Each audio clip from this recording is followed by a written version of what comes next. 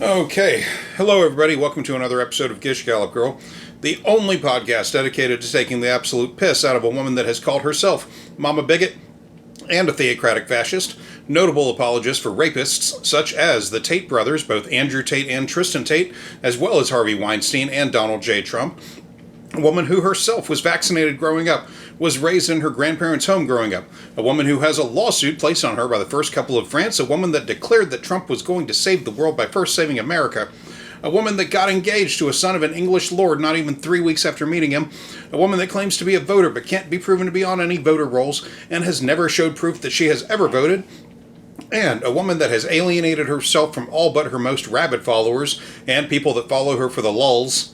Welcome to another episode of this weird fucking show about a woman that definitely got herself jabbed with the yellow fever vaccine before she took a trip to Uganda several years ago. It was on our last episode. Feel free to look it up. And my name is Thomas Anderson, and I'm here with my son, Matthew Anderson. That's right. And the subject of today's episode is yet another episode takedown of the next number in the Shot in the Dark series, this one being episode 18, focusing on postpartum depression. Now, before we get into the flaky fucking morass of this hot fucking garbage, do you have anything you want to say to the world?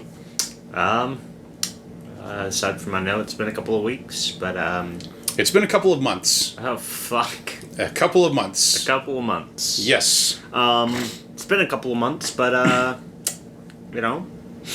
excited to drink what we have to drink and not so excited to know what her opinions on postpartum depression are. Oh boy, yeah. Well, I want to start this off by mentioning that we do have a Patreon. The link will be in the episode description. If you are on the Patreon and would like an on-air shout-out of whatever your Patreon name is, drop us a line and let us know whenever, and I'll work you in the next show opening. Moving on from that, unless I am able to get any of the current episodes of Shot in the Dark that are on the Club Candace site without paying for them, I am talking about getting them the way I got these, as an update that was, or as an upload rather, that was placed on Rumble.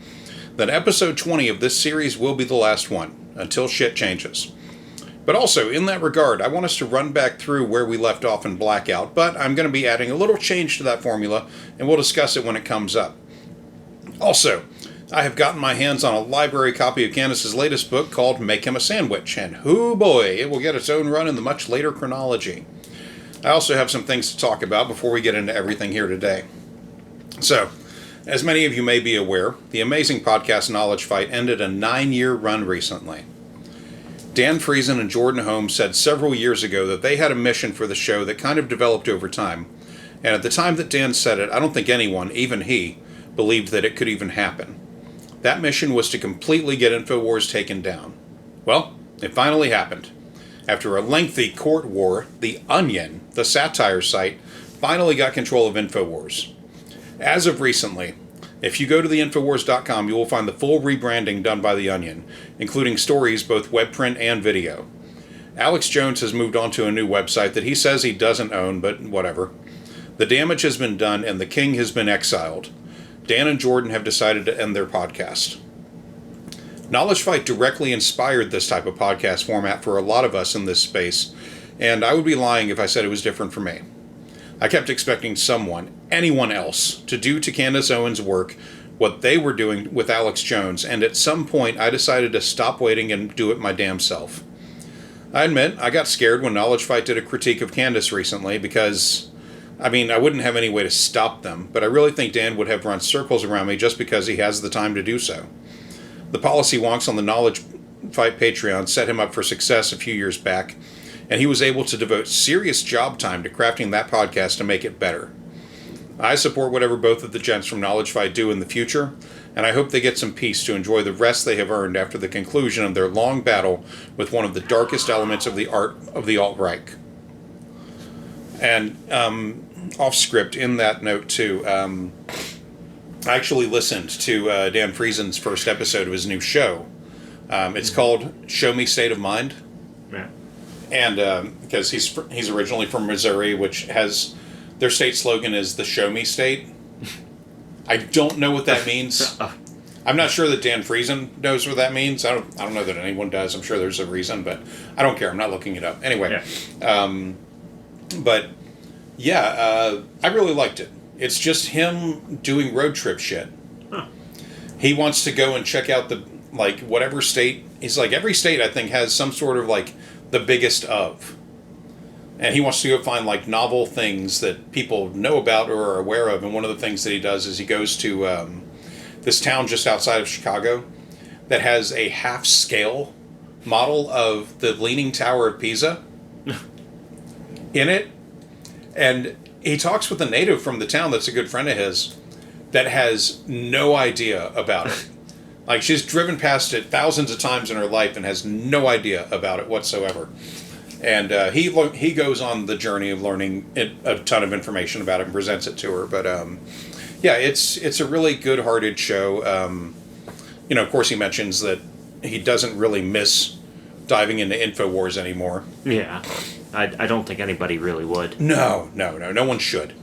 But yeah, it seems like I really hope the show does well, and I hope that people keep supporting him, because it's a nice break from when I have to listen to my particular right-wing moron. I like to have something that isn't that. That's how I got like 500 episodes deep on the dollop. But, that's fair. Yeah. It's a good show, though, the dollop. Oh, it's awesome. Yeah. So, on to one more thing before we get into the episode. I have been approached by several creators recently to do cross-podcast shows with them. I don't want to drop any show names right now in the event that things don't work out or in the event that they don't get recorded for a while. But things are afoot that I hope yield future results. Anyone interested in reaching out is always encouraged to do so, unless you happen to be affiliated with Stormfront or Red Ice Radio or Stefan Molyneux or the like.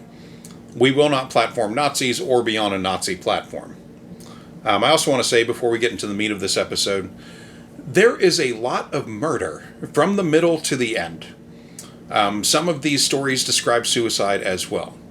The stories we will be covering are among some of the worst I've ever heard around this sort of thing. Working on them and doing the research was a real mindfuck for me, and I understand if it takes a few attempts to get through it as a listener. We will be discussing abuse, neglect, murder of various means, suicide, and suicide attempts. If you check out at any time and have to resume later, I understand. Working on that section was the hardest thing I've ever had to do for this show. For now, though, enough house cleaning. Let's jump into the fire with this first clip. Alright, hey guys, and welcome to another episode of A Shot in the Dark. Obviously, this is the most important work that I do, and as I promised you guys during last episode, today we are going to be talking about postpartum depression. Obviously, it's a super heavy topic, so right off of the bat, I just want to say to everybody that's watching this, no judgment. Everybody has a journey that is different, and I am expressing to you guys views that are obviously my own and things that I have observed throughout my lifetime. Everybody has different circumstance, so I just want to be super careful, because I know that there's a lot of sensitivity surrounding this topic, particularly because you just give birth and you hear about people that suffer through postpartum depression, and if you're listening to someone and they're making you feel like what you're going through isn't real, that can be extremely grating and disappointing, and that is not the experience that you will have jumping into this episode. So yeah, right from the top, I can play that again, so keep that phrasing in mind. Candace doesn't want to disappoint anyone by denying that their experience could be real. And now for the next clip. So don't worry about that. So right off of the top, I just want to state, restate, and overstate the fact that I am very anti-big pharma in general. Just moving the topic away from vaccines, I also really do my absolute best to abstain from taking all pharmaceuticals. Now, again, like I've said in past episodes, not to the point that I'm crazy. If my child is sitting there having an asthma attack, I'm not going to be like, you're not going to get an asthma inhaler. I have asthma. It is a wonderful thing that we have had so many breakthroughs and things that can immediately treat someone who would be dead otherwise. If I did not get an emergency albuterol inhaler when I was having an asthma attack when I was a child, I probably would not be alive today, and that is the truth. So I guess a better way of saying it is that when it comes to pharmaceuticals, I just try to be sensible. And I think part of having pharmaceutical sensibility is recognizing that being on any drugs long term, even if they are drugs that are supposed to be, making you better, is probably not a good thing. It would not be a good thing if I had to take my albuterol inhaler every single day.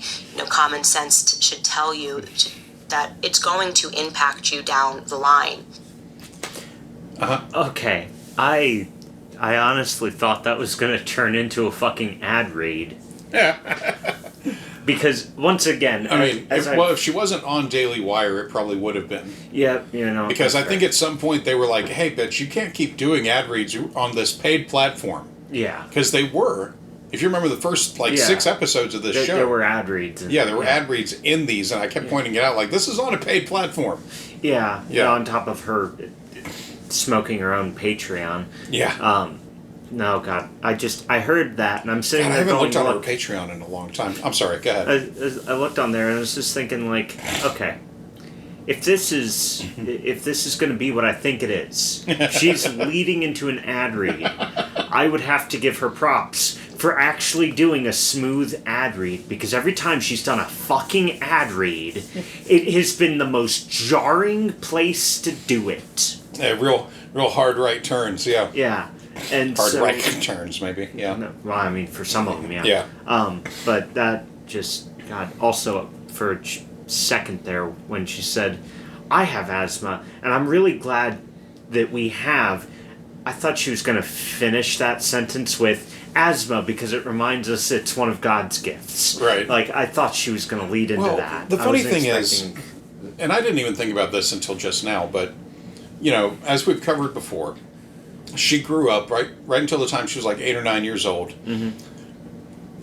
Her family was living in a low rent apartment in downtown fucking Stamford, Connecticut. Mm-hmm. Connecticut. And they moved when she was around that age to the grandparents' place. Yeah. Now, she had said before that she had bad asthma in that building. Now, I know from, just being a kid and growing up in the 80s and the 90s that it was always said that apartment buildings in inner cities, a lot of them, whether it was New York or, Los Angeles or fucking Connecticut, that the worse problem that they had with roaches, the greater the asthma problems in the building were. Mm-hmm. Because of whatever the roaches were kicking off. Yeah. A roach itself might, you might be told that it's a clean animal itself. But that's because it's depositing its waste everywhere. Yeah. So yeah, that's that's yet another thing. It's like, well, Candace, you might have needed that albuterol inhaler for a lot longer had your parents not split up and had your family not moved. Yeah. To the fucking burbs. But okay, So I don't know what y'all's experience is with people that have chronic conditions, but there are a lot of conditions, including some asthma diagnoses that include daily drug regimens. Growing up, I knew several kids, at least one in every grade of school, that had to have an inhaler close by or they would be well and truly dead or brain damaged. They still were generally as active as they could be, kids are kids, but it was the same with kids that had to have epinephrine at hand, or any number of other condition-specific drugs. I know adults that need daily meds. This is such a bullshit elite take. I know someone who is entirely kept alive not only because they had a complete thyroidectomy performed, but now take a daily dose of a Synthroid. Because of that pharmaceutical, they are alive, and thank goodness that drug is cheap to produce. The end result of them not taking it or not having it available would be madness and eventually death. There are tons of other conditions that require daily medications for people to simply live, and many are affordable. This is the kind of bullshit people like her say that gets into the minds of their audience, though. Candace, Alex Jones, Tucker, Joe Rogan, and many more are fond of decrying daily medications that many people need to live. It's a fucking absurd take. Before Candace says the next thing, I want to remind everyone that she dropped out of college. Nothing wrong with that. I dropped out of college too, but I don't pretend that I finished. And I certainly never used the word she is about to use to describe it, and I guarantee I was in school longer than she was. So there is one single most impactful event that happened throughout my college career. For those of you that follow my podcast, I've spoken about it there. I have spoken about this on... Career. Career is the word she used. I can't... Career. Mm-hmm. She was in college for less than 3 years. Yeah. That's not a career. Mm-mm. That's barely a job. But anyway, I'll let her continue.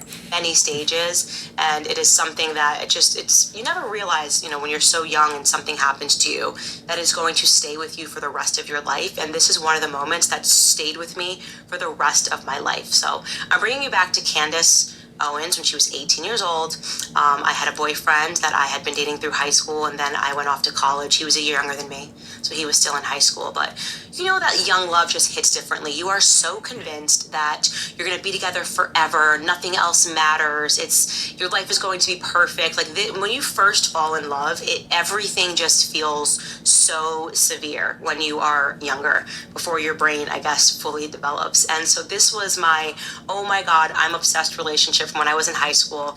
And when I got into college, because we weren't spending every waking second together, we started fighting a lot more. Super mature high school relationship, as you can anticipate. And we would break up on and off. And one evening we had a breakup when I was a freshman at university, and this one felt real. Like we were maybe not going to get back together. And I was positively gutted. When I say positively gutted, I was crying and screaming on the phone with him. I think he was upset because I had gone out like I was supposed to do when I was in college. I wasn't even partying. I just went out with some friends, but this seemed so crazy for him because he wasn't in control and it wasn't in his purview. Again, young love, super foolish and ridiculous, but I was screaming. I was gutturally crying. Like the sounds that I was making were so unique. It was like an animal dying in the wild, so terrifying that I actually recall that my RA knocked on the door in my grimy little dorm to make sure that I was okay, like that I was alive. And I was not okay. I was not alive. I was dying. I was breaking up with my high school boyfriend. Silly question. RA person. Okay, so before she continues, I looked into what the dorm situation was when she attended University of Rhode Island. Prior to her attending, the school had co-ed dorms, meaning that men and women often shared the dorms, but usually roommates were same-sex, meaning men with men, women with women. Pretty standard stuff. I looked into this because I know some colleges have female-only dorms, but this isn't one of them. They do try to focus on having students near each other that are in the same academic group, meaning that there were likely other journalism students near her in the dorms at least. Also, all first-year and second-year students at URI are guaranteed dorm space if they need it. That sounds like a crucial step for a lot of people, especially in her case. I don't know what, if any, added costs were involved, but it can be confirmed that she had a place to stay at that time. I just wanted to share that because it is easy to write off everything she says as total bullshit, but it isn't always the case. Also, it's easy to look at who she is today and the sheer amount of grift and elitist bullshit she sells, and it's easy to make her into a monster. I certainly see her and her work in that light. But I also use my work here to track the madness as much as one can. I'm not saying that I sympathize with her because a lot of people have been through heartbreak and do not make the choices that lead them to becoming like Candace Owens. What I am saying, though, is that I think seeing her path from childhood on and seeing the public life she has led can give us some insight into how these people are made and how they maintain their madness. Because it does take maintenance. There is likely no end of people she knows that have tried to tell her to not do the shit that has caused her the trouble she brought on herself. But she still does it. I believe money and the pursuit of it has been a major thing, but I think there's always more to it. I don't think any of it is likely good, but we have time to explore all of it. Let's let her continue. So I called my dad, and I have one of those dads that no matter what time you call him, he seems to always be awake. You can call him at 2 a.m., 3 a.m., he picks up the phone, and he's extremely responsive, and he's never upset. He's always just very calm, doesn't seem like you're disturbing him. And I was crying, which was unique because I have never been a big crier. It's just not my choice emotion. And I wasn't just crying, I was wailing like a dead animal, as I said.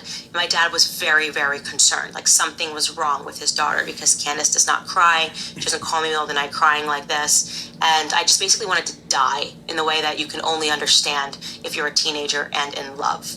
And so my dad jumps into his car in the middle of the night. We lived in Connecticut, and he drives 2.5 hours to pick me up from university because I was dying. And he drove me back home. I remember it was, a weekend. The next 3 days, I was just in a fog. I wouldn't eat. I was just in full breakup mode, moping around on the couch, wouldn't talk. So my dad resolves to take me to the doctor. By the way, I'm laughing just because the story in hindsight is more absurd, because when you're living these emotions when you're in high school and everything's so real, and I'm like, oh, take me to the doctor. It just was a breakup. Calm down, Candace. But no, back into this really, really sad story that I'm telling you guys right now. Anyways, so take her to the doctor, and he's just like, I don't know what's wrong with her. She's broken. This is not who my daughter is. She's normally bubbly. She's a cheerleader. She's happy. She won't eat anything. Something's obviously very wrong with her. And, I don't even remember what the conversation was between me and this was his doctor. He prescribes me Xanax for anxiety. He writes a prescription. Like, obviously what was wrong with me was that I was anxious and depressed, and this prescription of Xanax was going to help me. And I was so excited that I had this prescription that was going to numb this breakup for me. My dad takes me back to school, drops me off, and I go into the dorm with this new prescription. And I had a friend at the time, my close friend named Zoe. And Zoe comes into the room. She's this Greek girl, always just kind of had her stuff together, just kind of somebody who seemed a little more mature than the rest of us, and she was talking to me, and she obviously had heard me crying before I left and asked me how things were going, whether or not we had been back together. And I told her about this really cool new prescription that I got for Xanax that was going to make everything better. And she asked me a question. She said, Candace, why are you going to take Xanax? And I said, because I'm really sad and I can't stop crying and I can't go to my classes. Like, obviously, Zoe, I had a breakup. And then she said, okay, well, why are you sad? I said, because I had a breakup, obviously. And she said, just something that I want to say to you is that I tend to think that if you can answer the question, why? If you can answer the question, why are you sad? Then there's nothing wrong with you, right? You're experiencing a human emotion. And at a certain point, you are going to have to learn how to deal with that human emotion. She said, Kansas, if you were just walking down the street and you said everything was going fine and the birds are chirping and the trees look nice, and suddenly you broke down crying, I would say maybe you need a prescription, because that's not normal. Nothing happened. There was nothing that happened and you were crying, but I think you're sad and you're going to have to mourn that breakup. And I promise you, that day, what she said hit so hard, I threw out the entire prescription. So I had taken probably only 2 Xanax pills, and then I was done with the prescription, and it changed my life. It is always the perspective that I have held when it comes to introducing pills that are supposed to suppress a human emotion that it's not going to deal with the issue. I was still in the midst of a breakup. I was still going to have to mourn that breakup. It may have temporarily numbed that issue for a little bit because it makes you feel nothing, but the external factors are still there. And that is something that I wanted to share with you, because maybe it will change the way you think when you are dealing with certain factors. Okay. So, researching for this clip sent me down a weird rabbit hole. I wanted to find out who this roommate Zoe was. So I went looking for information on the student body at the time that Candace would have been in university. I found a lot of information about the school, and that included the yearbooks for the range that Candace would have been attending, circa 2007 to 2011. The full yearbooks are online on the URI website for those years. They actually have them going back much further than all of that. I knew that Candace did not graduate, but I was hoping that maybe Zoe, if she existed, did graduate. What I learned about the college is that the freshmen are all housed together. So I was able to rule out Zoe being in a graduation year other than 2011, but I went through the prior 2 years anyway. I didn't find her. She may have had to delay graduation, may have attended another college, dropped out, who knows. So that was a dead end. But I did learn a lot about life on campus by scrolling through the yearbooks. Things such as the student body, if they wanted to eat an unlimited amount of food at the 4 campus dining halls, had to pay about $1,800 per semester. Christ. That's about $633 per month per student. That said, 2 of the 4 dining halls were somewhat reviled, at least among the yearbook staff and the students they spoke with about it. The reviews might have seemed harsh, but that's a lot of money per student. Yeah. I was actually shocked at the level of honesty They weighed in on the things they didn't like or the things the students didn't like. I expected the yearbooks to basically be public relations materials. But they didn't read that way at all to me. Anyway, the biggest gripe they had about the dining hall situation was that the food from the dining halls was restricted to the dining halls themselves. Students were not allowed to leave the dining halls with food because not all students were in the unlimited program. And they didn't want them sharing with people that didn't pay for it like that or give it away to whomever. Personally, I would have never left the dining halls if I was paying that much money. I would have basically lived at a table in the dining halls and put earplugs in to eat and do my work. I know me. But jumping back into it, I didn't find any information about Zoe this way, so I moved on. After I spent a lot of hours going through those fucking yearbooks. Since I have never been prescribed Xanax, and I don't know anyone that has, personally anyway, I went looking for information on whether or not her doctor was doing right by this prescription. I only ever knew people that did Xanax recreationally, so I had to look into it. But yes, this is a common short-term prescription doctors will write, usually for not more than 3 weeks, with directions on when to take or to take as needed for anxiety and depression. So all of that is plausible, especially if this breakup was with the same boyfriend she had in high school during the whole racial harassment debacle she went through. As for the quote attributed to her father about her being a cheerleader, she wasn't one in college, but she was one in high school. I found a story on Stamford High School Roundtable, a website for the school newspaper, that has a short write-up about her and her time at school there. There wasn't anything new for listeners of this show, but I thought it deserved mention because she was a cheerleader in high school. She also did track and field, Big Brother, Big Sister. She was in a poetry slam group, a different group called Kids in Crisis, and SADD, a national group with an acronym that means Students Against Destructive Decisions. I feel like she forgot a lot of life lessons after leaving those groups. She probably took them for the extra credit they were worth. Yeah, no doubt. My thoughts on being prescribed medication to deal with a breakup are that I am not a doctor, and I have no input on what someone should or should not do. I know that I self-medicated my own breakups at a young age until I learned how to get over them without being a toxic asshole, but everyone learns how to do that in their own way, if they ever do. What I was most interested in seeing about Zoe was whether or not she was in the pharmacy or psychology programs at URI, but again, I came up empty on the search. But Candace, taking the advice of someone she trusted over the care of her father and the medical concern of a physician, if this all happened like she says, fits with the person she has been since we've been studying her work. It seems to be the kind of person she is aspiring to be.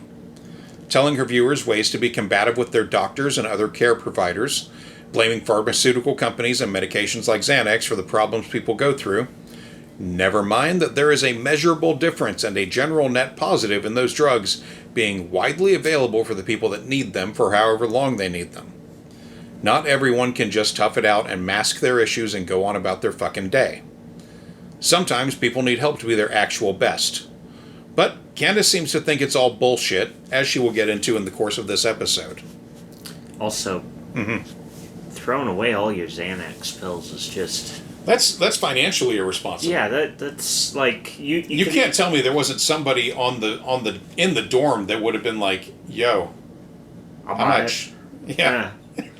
I mean, not only you can't tell me there wasn't some stressed person that she knew that was like, "God, how am I going to get through this class?" I don't know, buddy. Pop a Xanny, see how you feel.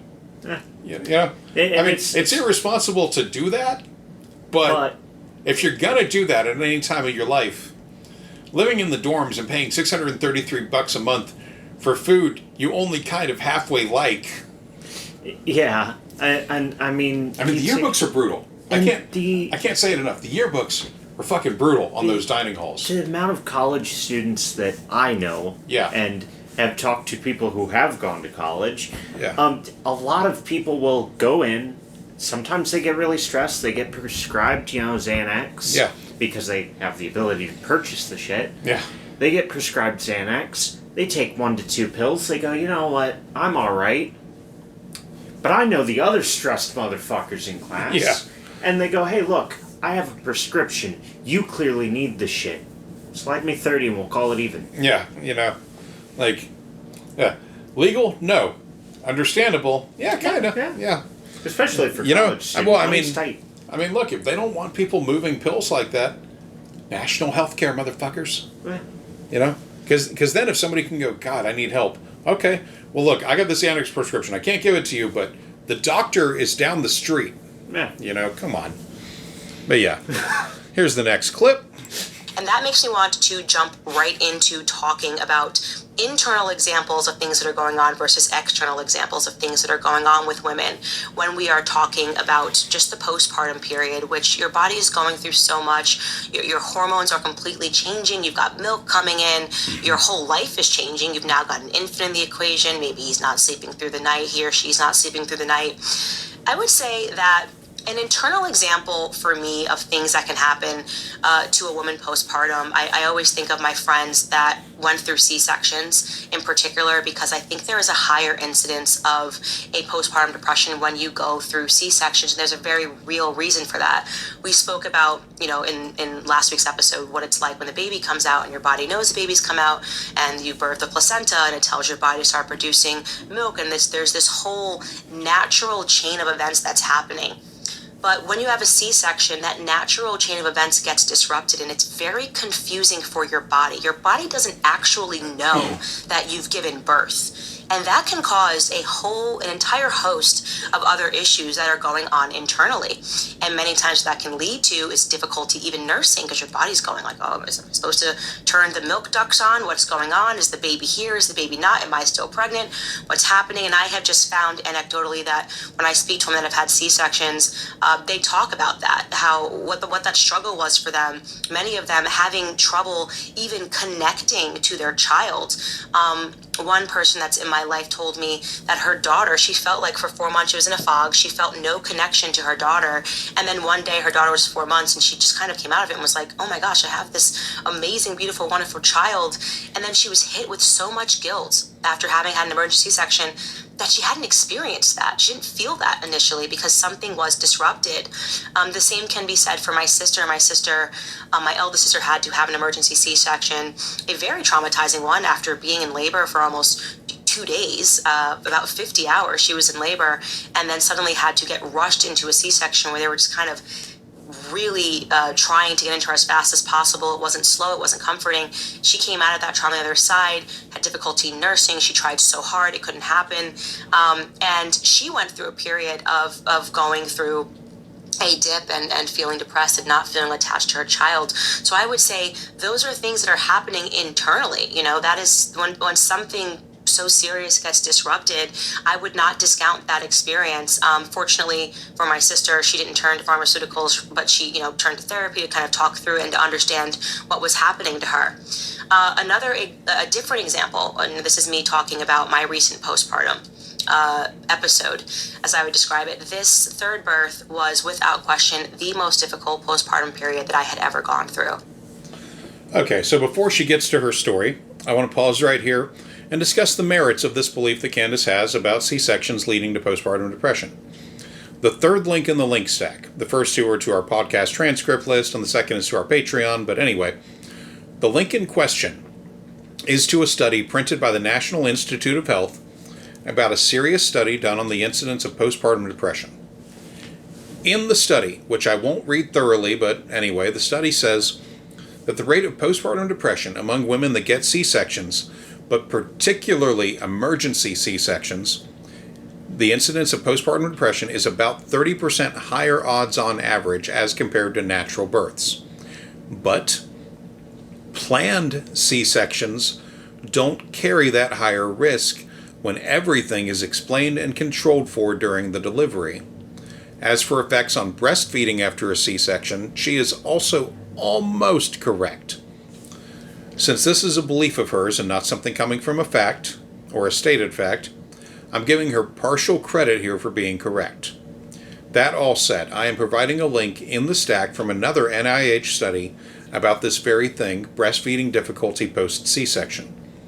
From the results section just under the abstract, More women who delivered by planned C-section had no intention to breastfeed or did not initiate breastfeeding when compared with women with vaginal births and emergency C-section.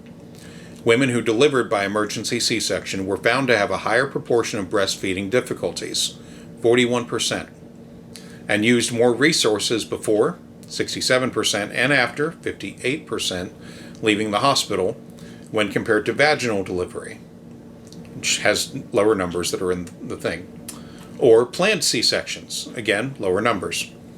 Women who delivered with a planned C-section were more likely to discontinue breastfeeding before 12 weeks postpartum compared to those who delivered vaginally, controlling for income, education, parity, preterm birth, maternal physical and mental health, ethnicity, and breastfeeding difficulties. Conclusions. We found that when controlling for socio-demographic and labor and delivery characteristics, planned C-section is associated with early breastfeeding cessation. Anticipatory guidance around breastfeeding could be provided to women considering a planned C-section. As well, additional supportive care could be made available to lactating women with emergency C-sections within the first 24 hours post-birth and throughout the early postpartum period. I should note before I go on that the study was performed in Canada, but the results have not been disputed elsewhere. Anyway, from further down the paper from the background section, the rate of cesarean section, C-section, in Canada has increased from 17.6% in 1995 to 27.1% in 2012. Although worldwide consensus on the optimal rate of C-section is variable, the World Health Organization, the WHO, suggests 5 to 15% of all live births, far below the current C-section rates in Canada.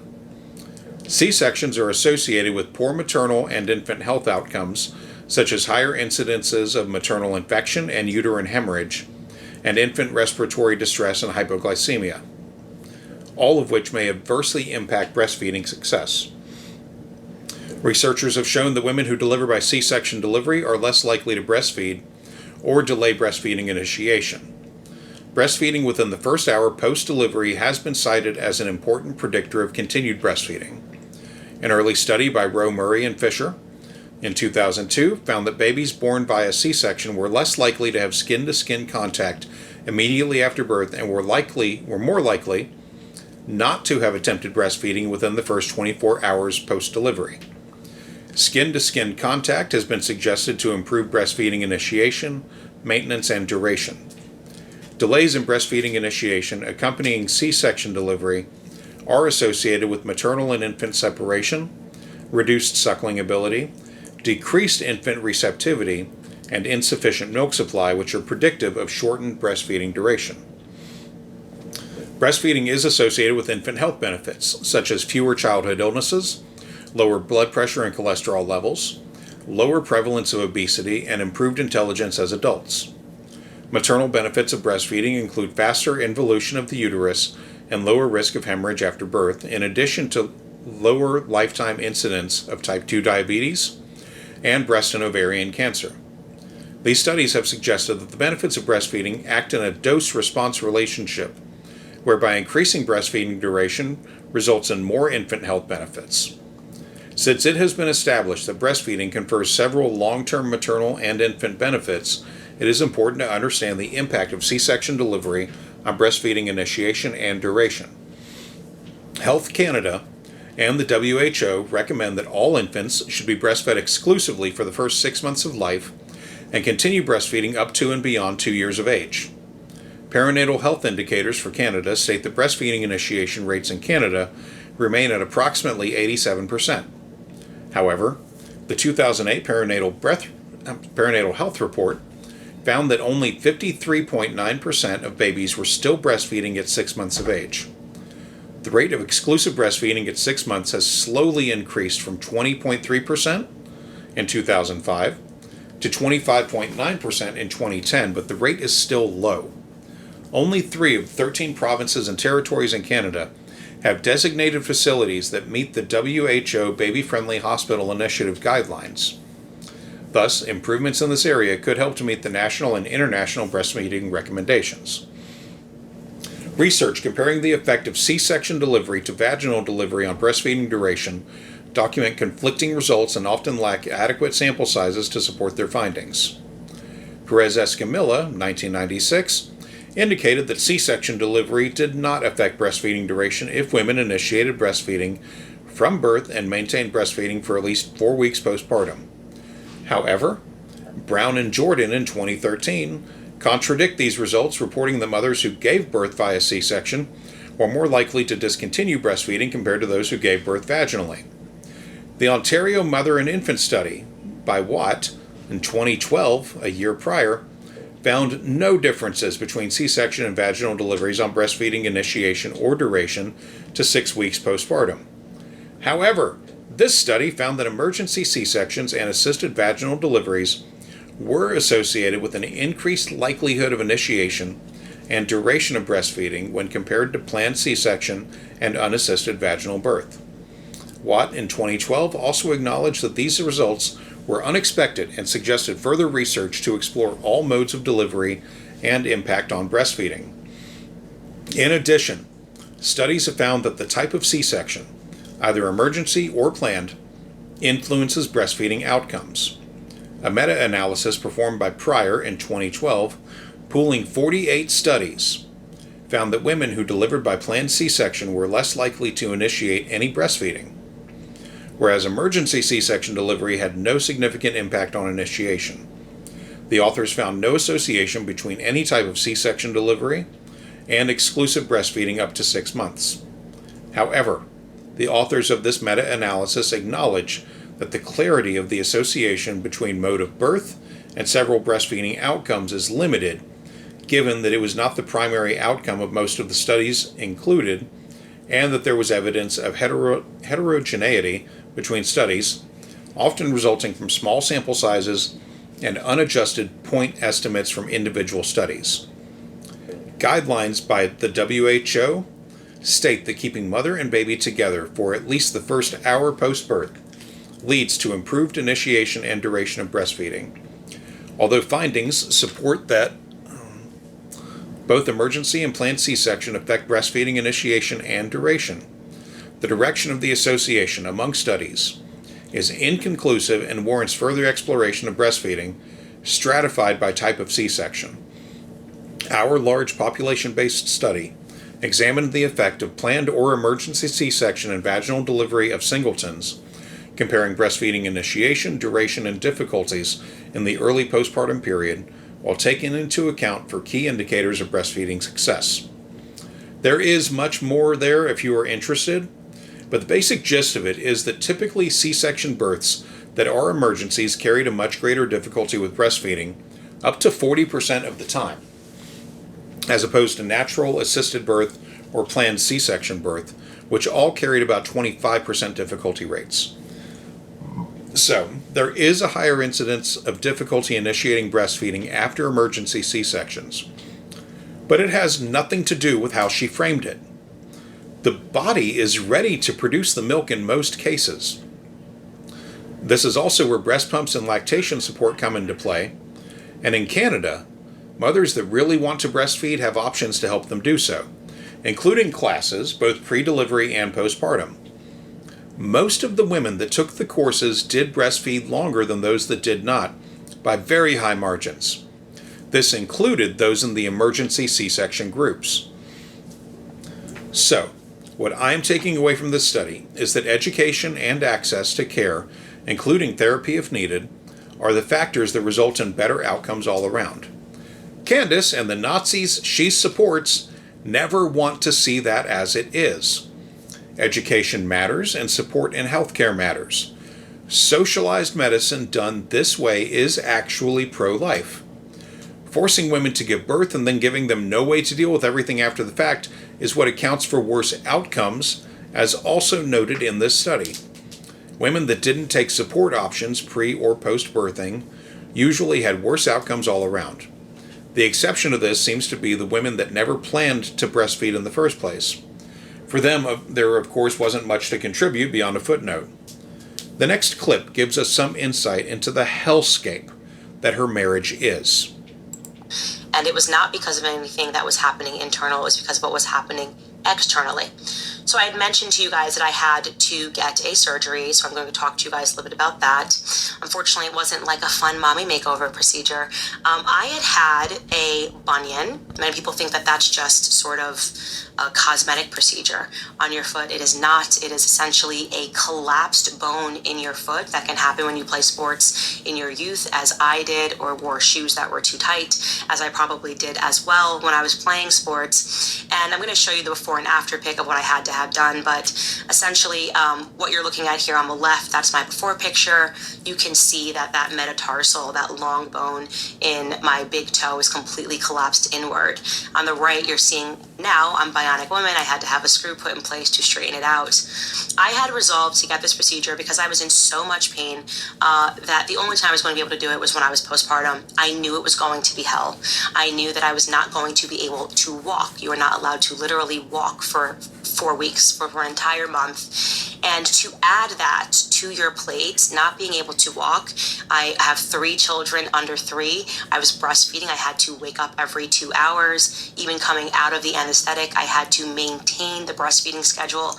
No sleep after not even giving birth, but also then having a pretty major procedure in my foot, compounded by not having the ability to lift up my children. My young daughter crying and not understanding why I wouldn't pick her up. She's only 1. My 2-year-old being scared because doesn't understand why mommy's in a wheelchair or why mommy's on a scooter and not wanting to come near me, and me not being able to help. For me to even have to ask for help, it is very against my nature. I like to do things on my own.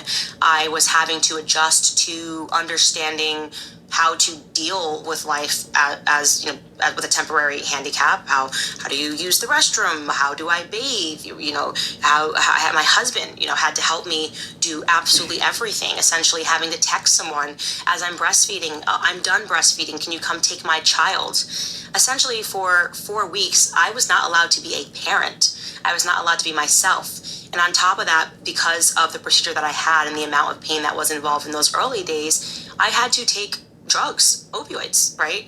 It is so against me to take drugs, to not move from a bed for 2 weeks. That is the external impact of that on my mental was tremendous. I will be honest and say that December was probably one of the toughest months of my life, but I held on to this understanding that I knew why I was feeling the way that I was feeling. I knew why I was feeling so sad, why I was feeling so down. I was feeling completely out of control.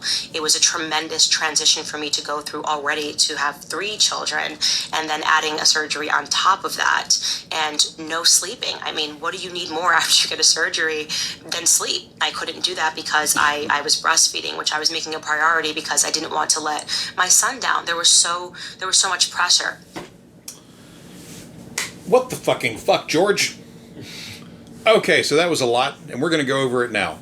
I titled that one, What the fucking fuck, George, because what the fucking fuck?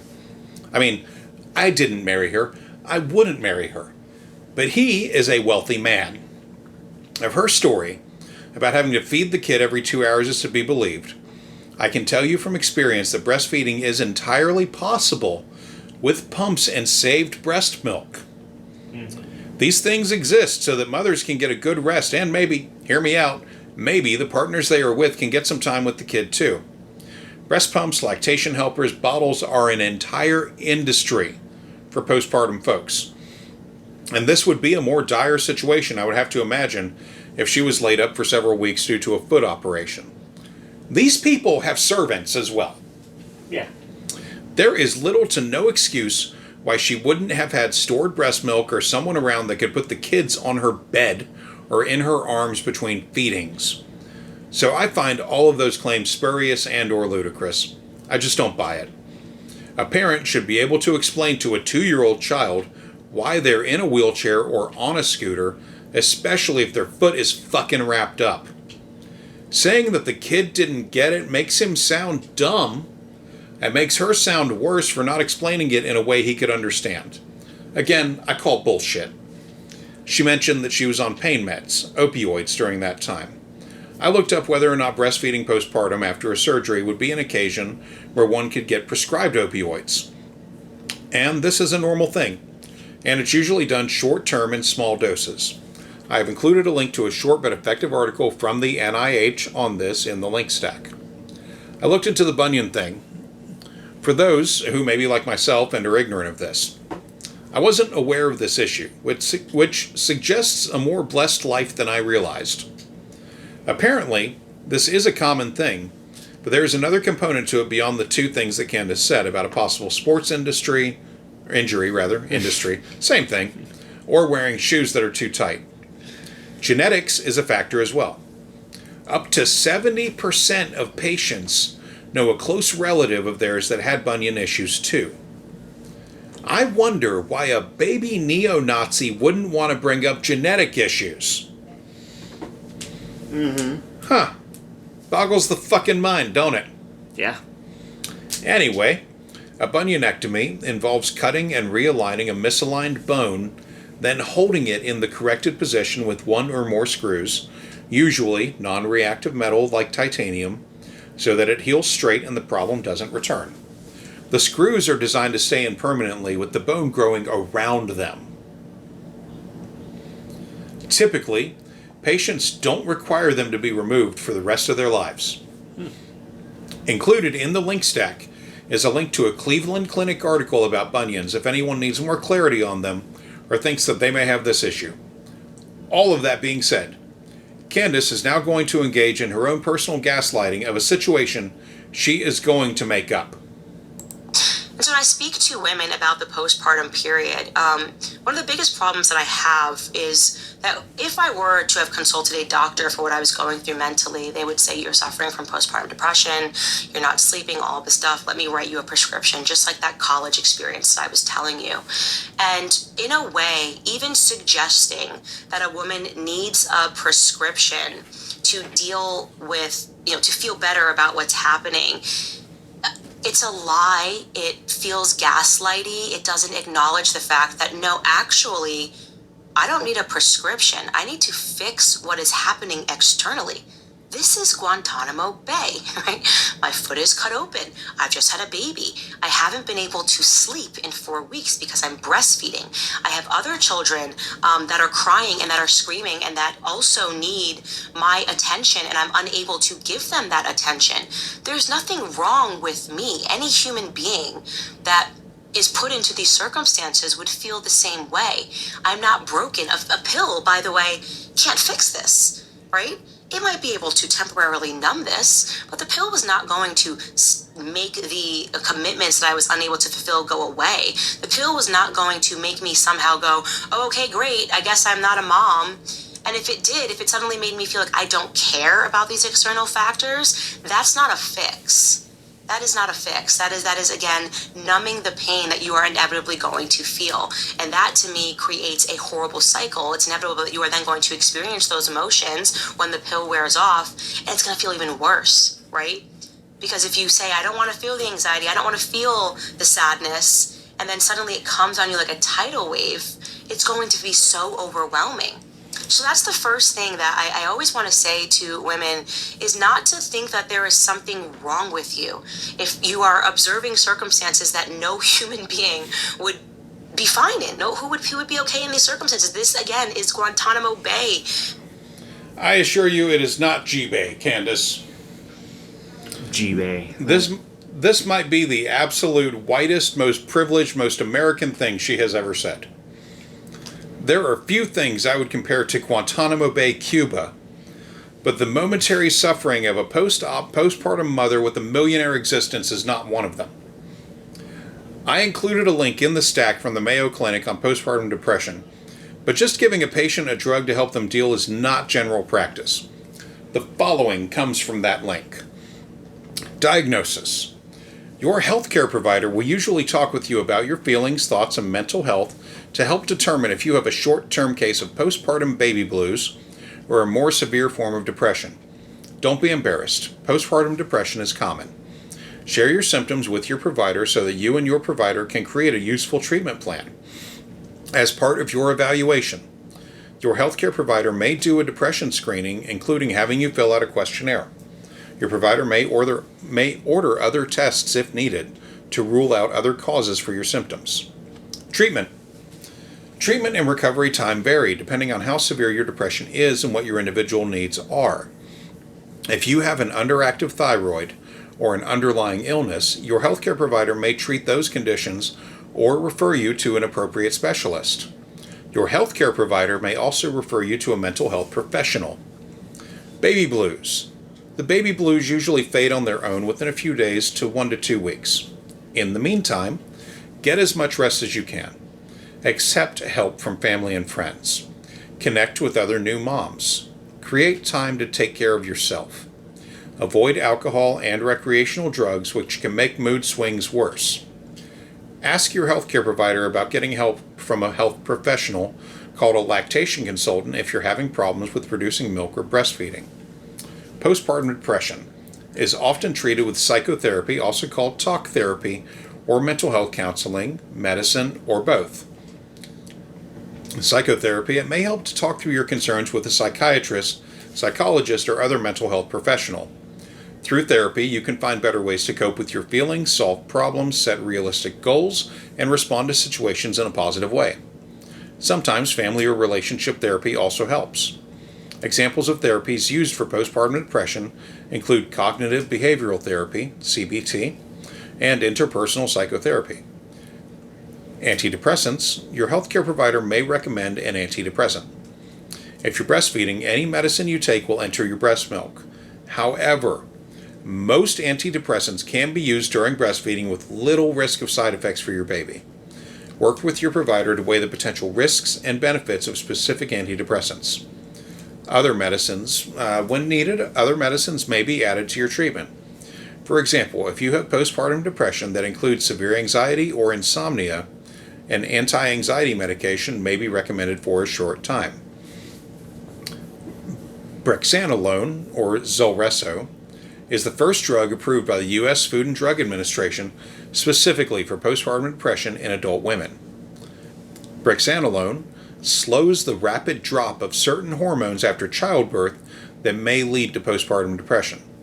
Potential serious side effects require a stay in a healthcare facility and monitoring by a healthcare provider while receiving the medicine through a vein over 60 hours. Because of this, the treatment is not yet widely available. Research continues on an oral medicine for postpartum depression with promising results. The medicine being studied works in a way similar to brexanolone, but it could be taken daily as a pill and may not have the same serious side effects. With appropriate treatment, postpartum depression symptoms usually improve. In some cases, postpartum depression can continue and become long-term, which is called chronic depression. It's important to continue treatment after you begin to feel better. Stopping treatment too early may lead to a relapse. Postpartum psychosis. Postpartum psychosis requires immediate treatment, usually in the hospital. Treatment may include medicines. Treatment may include a combination of medicines, such as antidepressants, antipsychotic medications, mood stabilizers, and benzodiazepines, to control your signs and symptoms. Electroconvulsive therapy, ECT. If your postpartum depression is severe and you experience postpartum psychosis, ECT may be recommended if symptoms do not respond to medicine. ECT is a procedure in which small electrical currents are passed through the brain, intentionally starting a brief seizure. ECT seems to cause changes in brain chemistry that can reduce the symptoms of psychosis and depression, especially when other treatments have been unsuccessful. A hospital stay during treatment for postpartum psychosis can challenge a mother's ability to breastfeed. This separation from the baby makes breastfeeding difficult. Your healthcare provider can recommend support for lactation, the process of producing breast milk while you're in the hospital. So, that is an official, relatable source of information that lays it all out pretty clearly.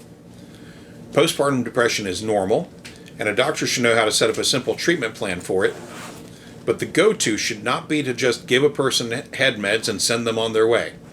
Fucking absurd.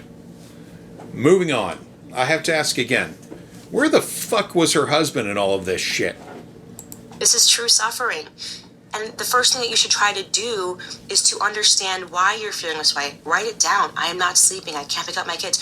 What can you fix in those external circumstances? Some parents need to give their children away for a couple of days. Some new mothers, you need that sleep. There's nothing wrong with acknowledging that you can't do everything. My mother told us a story. I was a great sleeper when I was a baby, but my little sister was absolute hell. She was a colicky baby. She would not cry. Any human being, if you ever see any human being, after they have not slept for more than a couple of days, it puts them in a psychosis. They will go crazy. You can literally self-induce a psychosis by just not sleeping. So if you are a mother, can you imagine a single mom, you've got 3 kids and you're not sleeping and you've got a newborn? It's a self-induced psychosis. You need help. Do not feel that rather than running to a doctor to write you a prescription, call your sister, call your friend and say, I need you to take my kids for 48 hours. That's it. I need to remove this external thing that is happening to me right now because it is making me a crazy person. A prescription is not going to fix that. In fact, I would argue on the basis of what I have seen of my friends that have gone through periods of depression and anxiety and who pop Xanax like it's medicine, is that over time, I have only ever seen it make somebody worse. And I am talking about people that go on these pills and stay on them for a long period of time.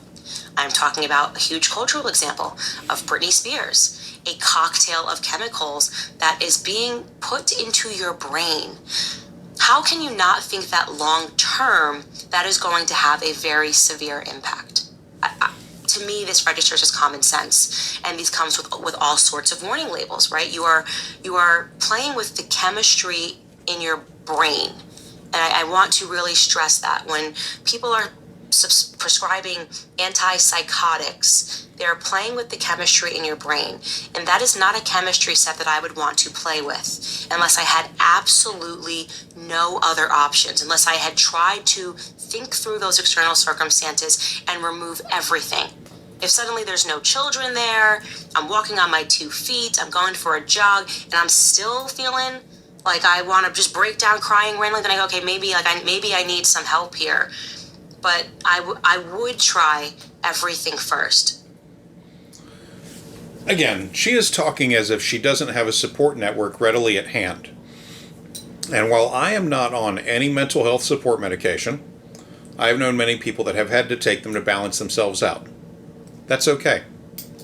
If that is what you need and you can get it, fine. I'm not going to counter this one other than by saying that Candace Owens is not a doctor and should not be speaking on a subject that she has no professional knowledge of, any more than lawyer Robert F. Kennedy Jr. has ever had any place to make public health policy.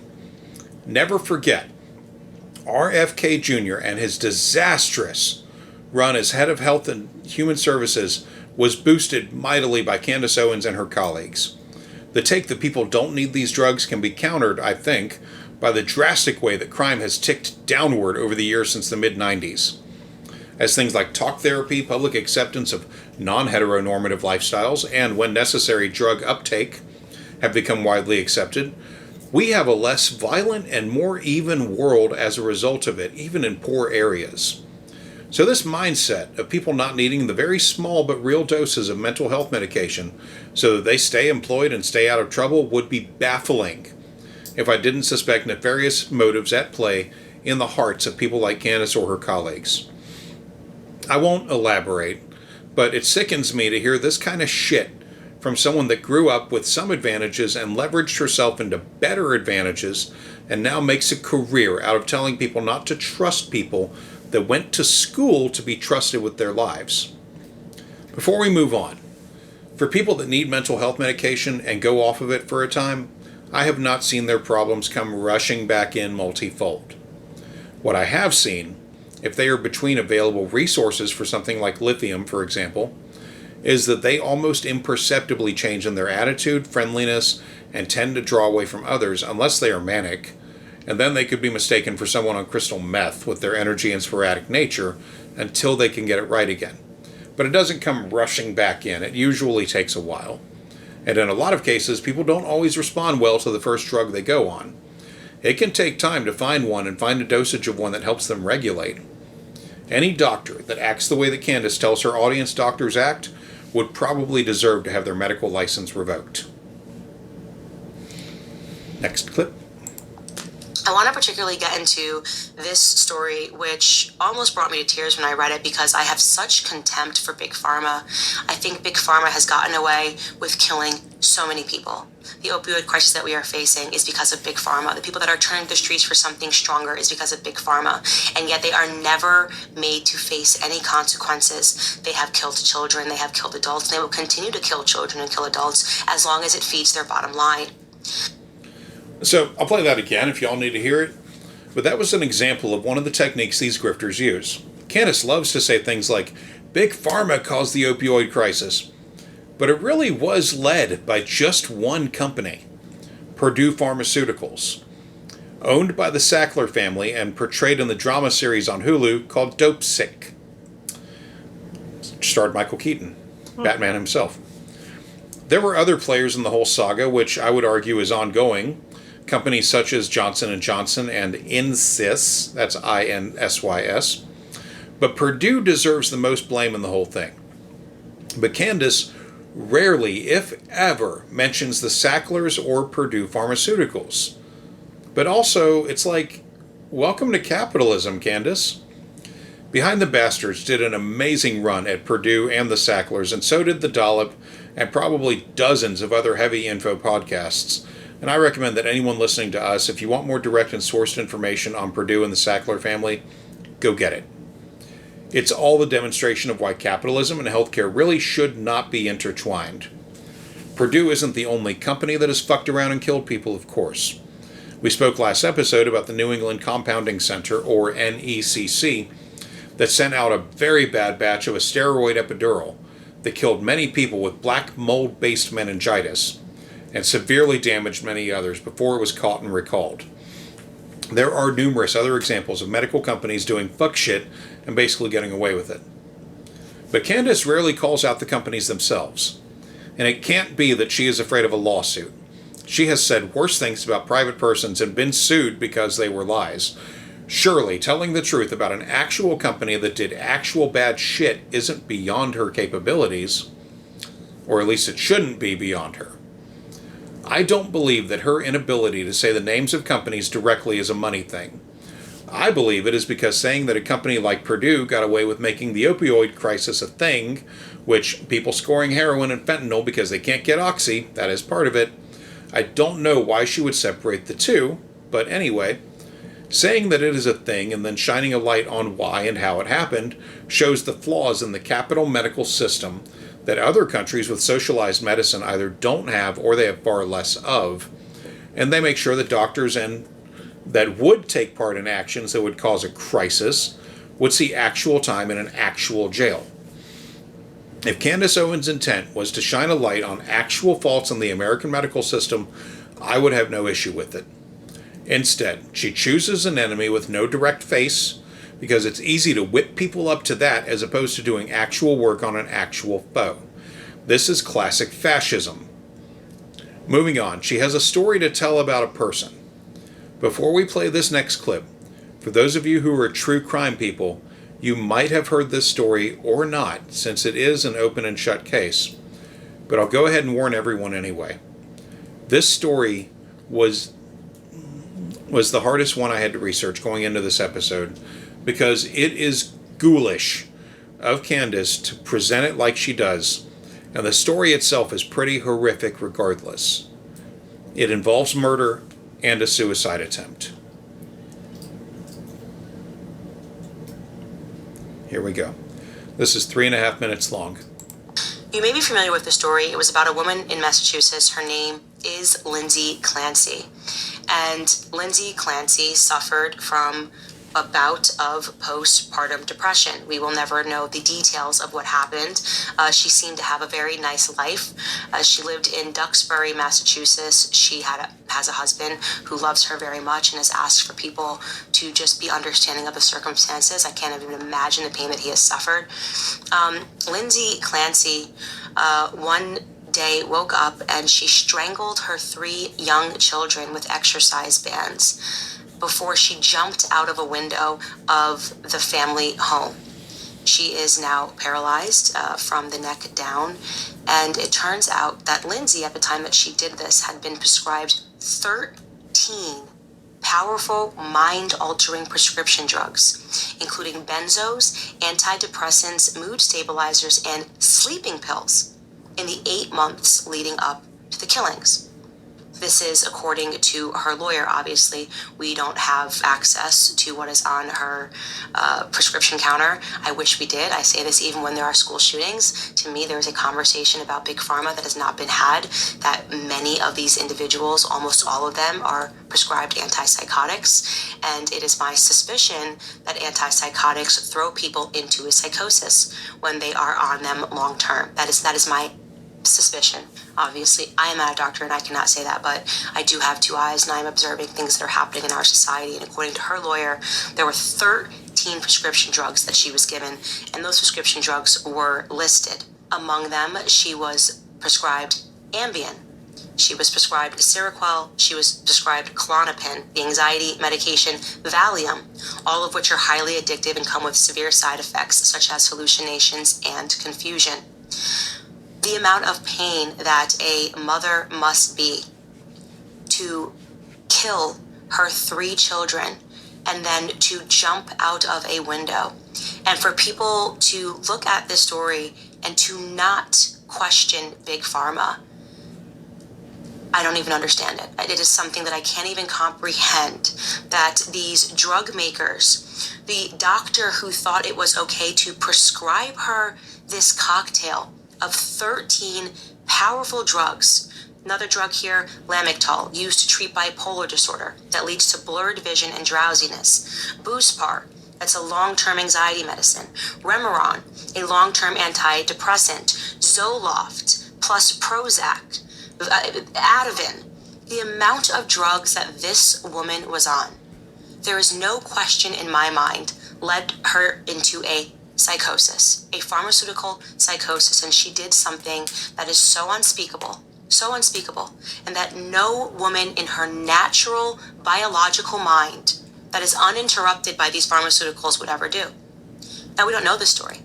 Maybe this started with her just simply being overwhelmed because, like me, she's got 3 young children, right? Like me, maybe she was going through the baby blues. It's a new adjustment period. Her husband's back at work and she needed more support. Maybe she needed to pick up the phone and she needed somebody to just simply take her kids for a week. But rather, she trusted her doctor, and this is what her doctor did to her. Okay, so if we were to take that at her word, it sounds monstrous all around. Lindsey Clancy did kill her kids and tried to kill herself by jumping out of a window, and is paralyzed from the neck down. All of that is a matter of legal record and absolutely true. She was also prescribed the following, according to multiple reports on the subject, and in no certain order. 1. Klonopin, an anti-anxiety/sedative. 2. Zoloft, an antidepressant. 3. Prozac, an antidepressant.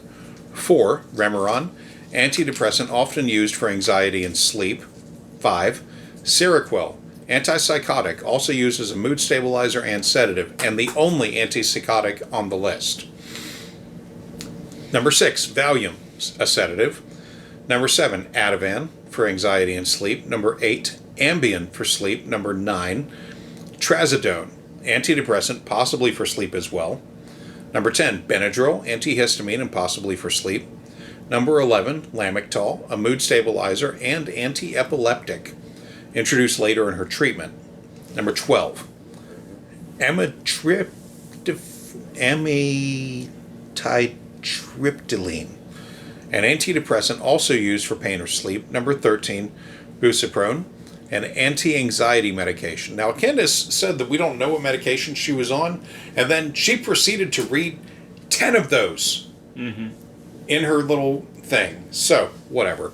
Anyway. I was going to make mention of that. Yeah, she mentioned most of those, but there's the list. Anyway, according to the husband's lawsuit, 8 of these were prescribed within about 3 weeks, and she was on at least 9 of them during the killings. Her entire treatment period was only from about September 2022 until January 2023, which is when the whole bad scene happened.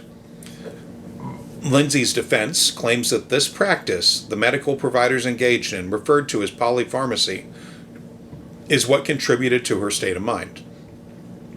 The prosecution in the criminal case claims that she was of sound enough mind to plot the deaths she caused. The case is still ongoing, and it is now 3 years since it happened. But I looked up whether or not polypharmacy is normal within the field of psychology because I have no direct experience with it. And I found out that yes, it is. Originally, I suspected doctor shopping in her case, which in this case would have been if she had sought out different medications from different providers, but that was not the case here. One doctor and one nurse practitioner had not followed best possible practices, and they put her on a massive cocktail of these medications. No source I found says otherwise. What was interesting to me anyway is that the one they should have prescribed, the one with clinically proven results, Lithium, did not come up in any of the lists about her medications. I am including a link to a transcript of a speech done by the Psychopharmacology Institute where they discuss the limitations of lithium but also the positives about its use during postpartum period. Basically, it is generally recognized as safe, but a doctor should always be consulted. Still, it wasn't in the list at all. I'm not saying it would or would not have helped since I'm not a doctor, but it has a lot of research saying it helped a lot of women in similar situations. Regardless, this is an insane amount of drugs to have been on all at once, and fortunately, it is not a common case. Candace, near the end of the clip, made it sound like Lindsey had no support. She absolutely did. She had family locally that she was leaning on for mental health support, which is one leg bolstering the prosecution's opinion that she had other pathways available to her for therapy or time off from the kids. So that's also where her case shifts with the state of Massachusetts. It's a terrible case regardless, and it is exactly the kind of juicy red meat that someone such as Candace Owens loves to use as an example of an entire industry, which it isn't. This is a fairly isolated case, as the best practice would have been getting her through differing periods of treatment while trying to nail down the proper drugs and dosage for her needs. Sad case either way, and it is still in court 3 years after the events happened. It's a really complicated case, so we'll have to see how it goes. For my part, I don't plan on keeping up with it unless it comes back up in the course of doing work for this podcast. She was prescribed a fuck ton of meds by a doctor and nurse practitioner that worked for the same clinic. Yeah. But again, she had family in her area. Yeah. For Candace to be like, oh, with no support system. No. Every story I read was like, we were here. Yeah. The family didn't live even like a half hour away.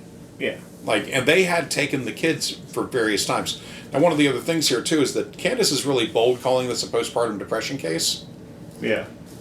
Technically, no.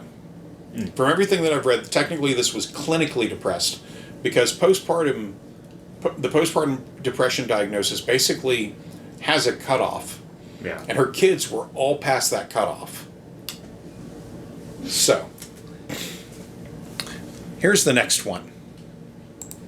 Now, the sickest part of this story for me is the fact that I recently went online and I saw that Big Pharma, and to be clear, when we say Big Pharma, we're referring to an entire ecosystem, but yes, Big Pharma is promoting a new pill to treat postpartum depression. It says it's the world's first pill that will treat postpartum depression and is now on U.S. pharmacy shelves. And when you click the article, it uses a photo of Lindsey Clancy to promote it. They're using a photo of a woman that was likely driven into a psychosis to kill her own children because of things that are used to treat postpartum depression to convince other moms that they may just need a different pill for postpartum depression. There is no bottom to the absolute sickening nature of Big Pharma. There's no bottom. To my disgust for Big Pharma when it comes to trying to make money. They don't care. They're utterly demented. And I cannot say enough. They will kill you. They will kill your children. They will remove everything in your life that has value, and then they will still stick your face on a sticker and try to convince other women to follow down this path. So I just wanted to share that story because it just makes me so angry. Yeah, angry and ill-informed. So, I'm including the link to the article in the clip. It is from the Daily Mail from December 2023. It's relatively short, maybe a 1 or 2 minute read. I want to mention first that before we dive into the piece, it's not a fucking advertisement. Yeah. As far as I can tell, it's about as legit as a Daily Mail article can get. I'm going to read from it now. World's first pill that treats postpartum depression now on U.S. pharmacy shelves. Zuranolone, brand name Zurzuvae, okay, that is fun to say. Zurzuvae, is given as 2 pills a day for 2 weeks. It was approved by the FDA in August for 1 in 7 new moms struggling with PPD. The world's first pill to treat postpartum depression, PPD, is now available in the U.S. The medication, brand name Zurzuvae, was approved by the FDA in August to help 1 in 7 new mothers suffering from postpartum depression. It is given as 2 pills a day for 2 weeks and could finally bring relief to millions of women who suffer the debilitating condition every year. But the medicine comes with a heavy price tag. Almost $16,000 before insurance. And health officials are unsure how much insurance companies will pay. There is an injectable version of the medication, which is already available, but it must be given in the hospital over a period of 60 hours. And then they have some pictures here. One of them is of Chrissy Teigen. Former Victoria's Secret model Chrissy Teigen admitted to suffering PPD after the birth of her first child, saying the months following childbirth were a sad exit. But the injectable version costs even more, coming in at $35,000. Fuck. A late-stage study of Zurzuvae in pill form found that women who took the medicine had significantly improved symptoms and felt better within 3 days compared to women who took a placebo, which lasted for 45 days. Dr. Katrina Fury, awesome name, a Yale School of Medicine psychiatrist. Dr. Fury, psychiatrist. God, that's awesome. That's like, okay, just a short pause here. In Orange Park, Florida, there is a gastroenterologist who had an office when we were living near there. I used to deliver their food quite frequently, and I always had to get a good laugh out of it. It's gastroenterology clinic, right? Mm-hmm. Gut health. Sometimes butt health. There was a doctor there with an awesome name of Dr. Mata Harajba Butt.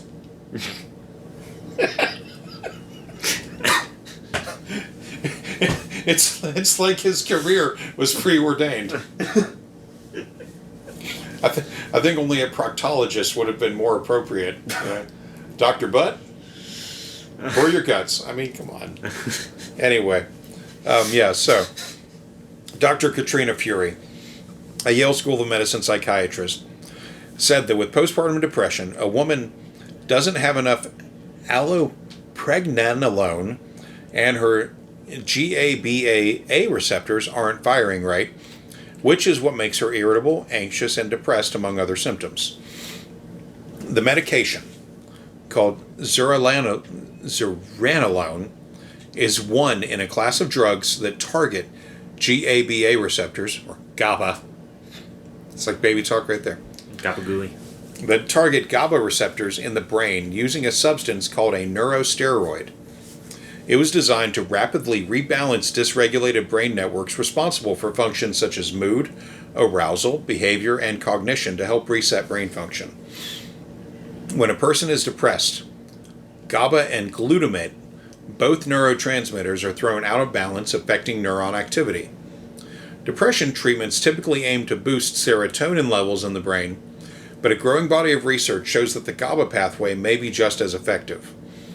Zurzuvae can be obtained from specialist pharmacies across the country, which provide medications used to treat rare or complex health problems. It can also be shipped directly to patients.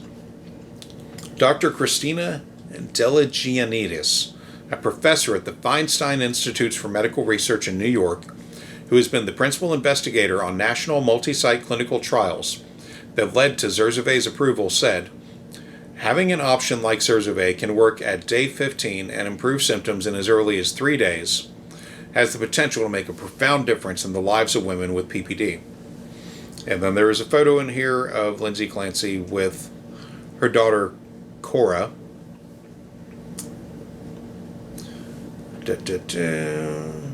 Okay, so this caption says, Lindsey Clancy, 32, admitted killing her daughter, Cora, who was 5, and her son, Dawson, who was 3, at the family home in Massachusetts, and attacking baby Cowan, who was 8 months old. Mrs. Clancy was suffering from postpartum depression. Going on with the story. Again, 8 months old is past the point. Yeah. This milestone is hopefully a catalyst for more systemic change for women with PPD, including a much-needed increase in screening, diagnosis, and treatment across physician specialties. Trials of the pill showed its side effects were less severe than other antidepressants currently in use, which can lead to sudden loss of consciousness, weight gain, or sexual dysfunction. Patients must be given a prescription for the drug from their healthcare provider, who will send the prescription to a specialty pharmacy.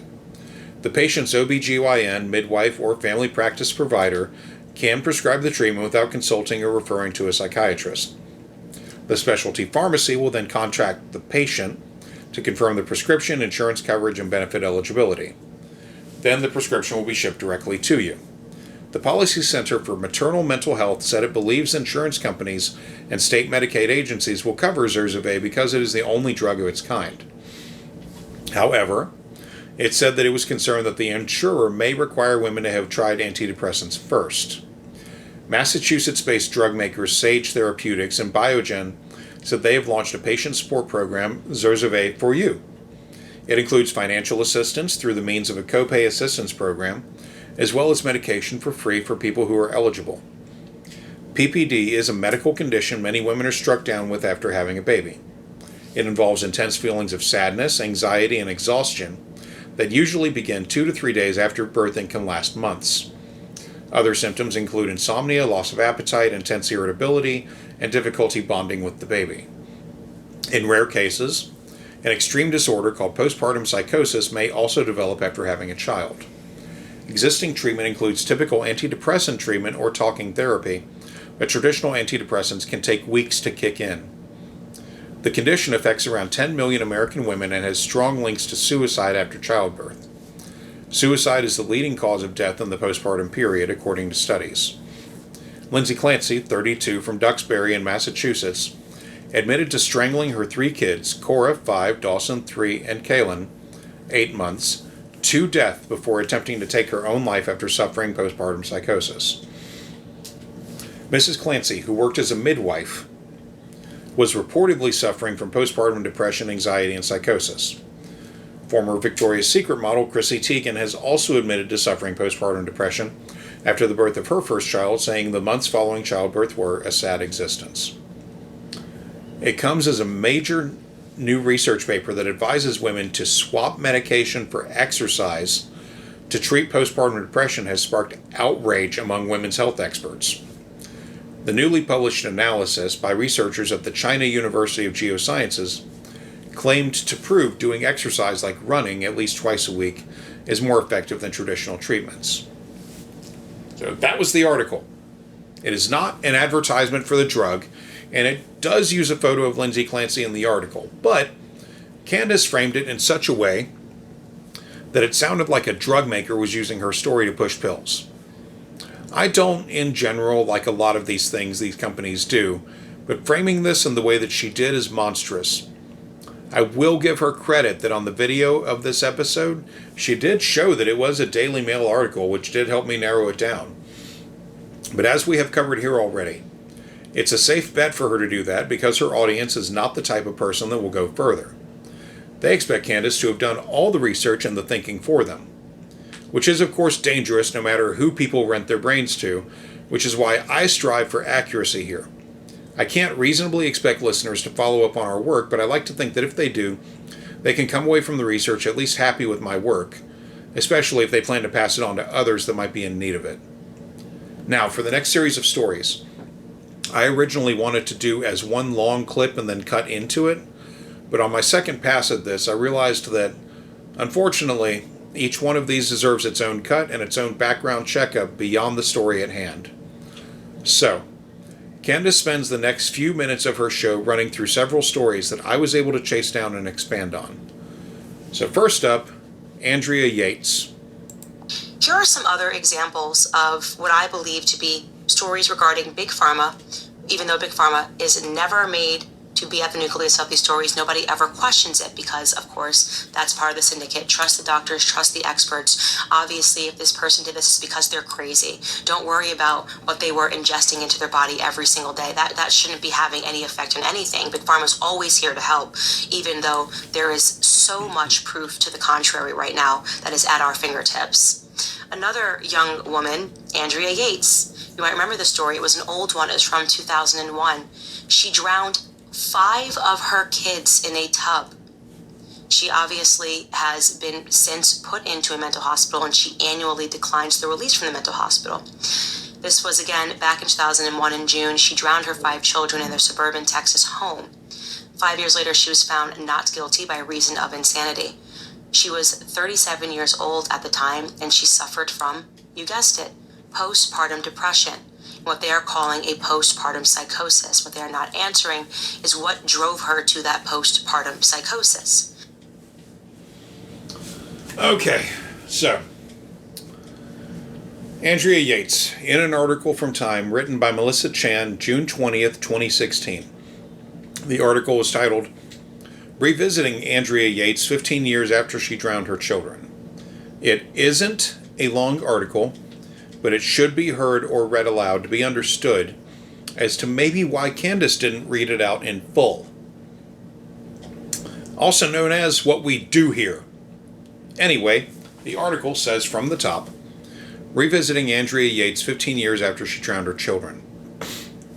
It's been 15 years since Andrea Yates drowned her 5 young children in the bathtub of their suburban Houston home in a quintuple murder that gripped the nation. Yates, now 51, was convicted of capital murder for the high-profile 2001 killings of her 4 sons and baby daughter. She was sentenced to life in prison, but her conviction was overturned on appeal. She was found not guilty in 2006 by reason of insanity and was sent to a Texas mental hospital where she remains today. This article is from 2016. So this is now another 10 years past the time that Candace showed the article, whatever.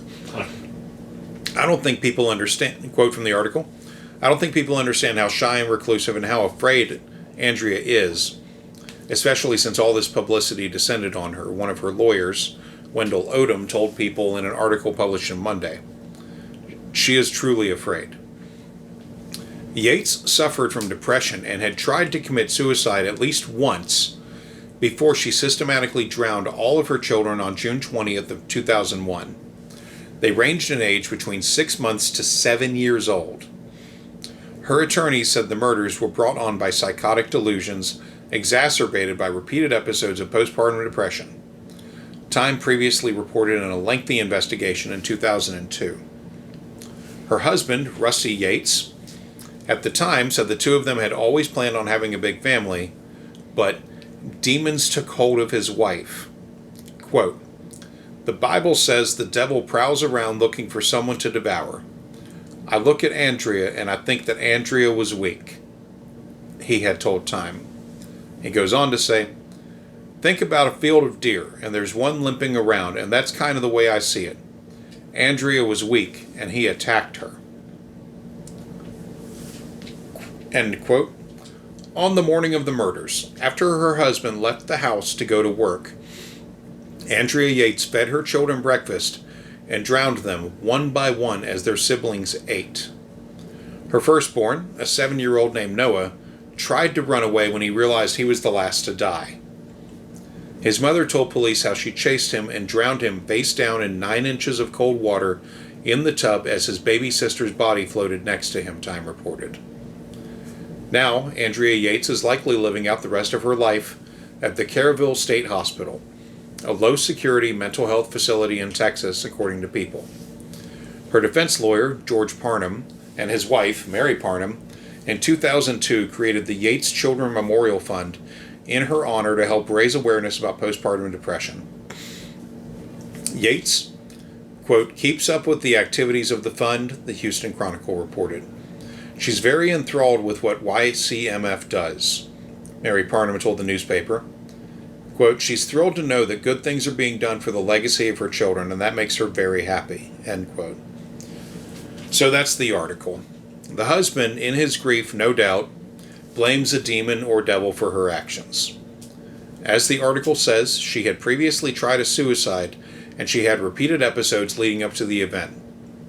While it isn't for any of us that aren't mental health professionals to say shit about this, Candace not bothering to research further than this article says a lot about her. The next clip is about the drug she was supposedly on when she did this horrific set of murders. I'll let it play before we get into the actual further story here. Well, in a Houston Chronicle article dated in 2006, years after the incident happened, it said that she was on an antidepressant called Effexor that she had been taking before she drowned her 5 children in 2001. Well, 5 years later, that antidepressant was found to possibly increase the risk of homicidal thoughts, according to a medical watchdog group. It says that now the manufacturer of Effexor has to list homicidal ideation as one of the drug's rare adverse events.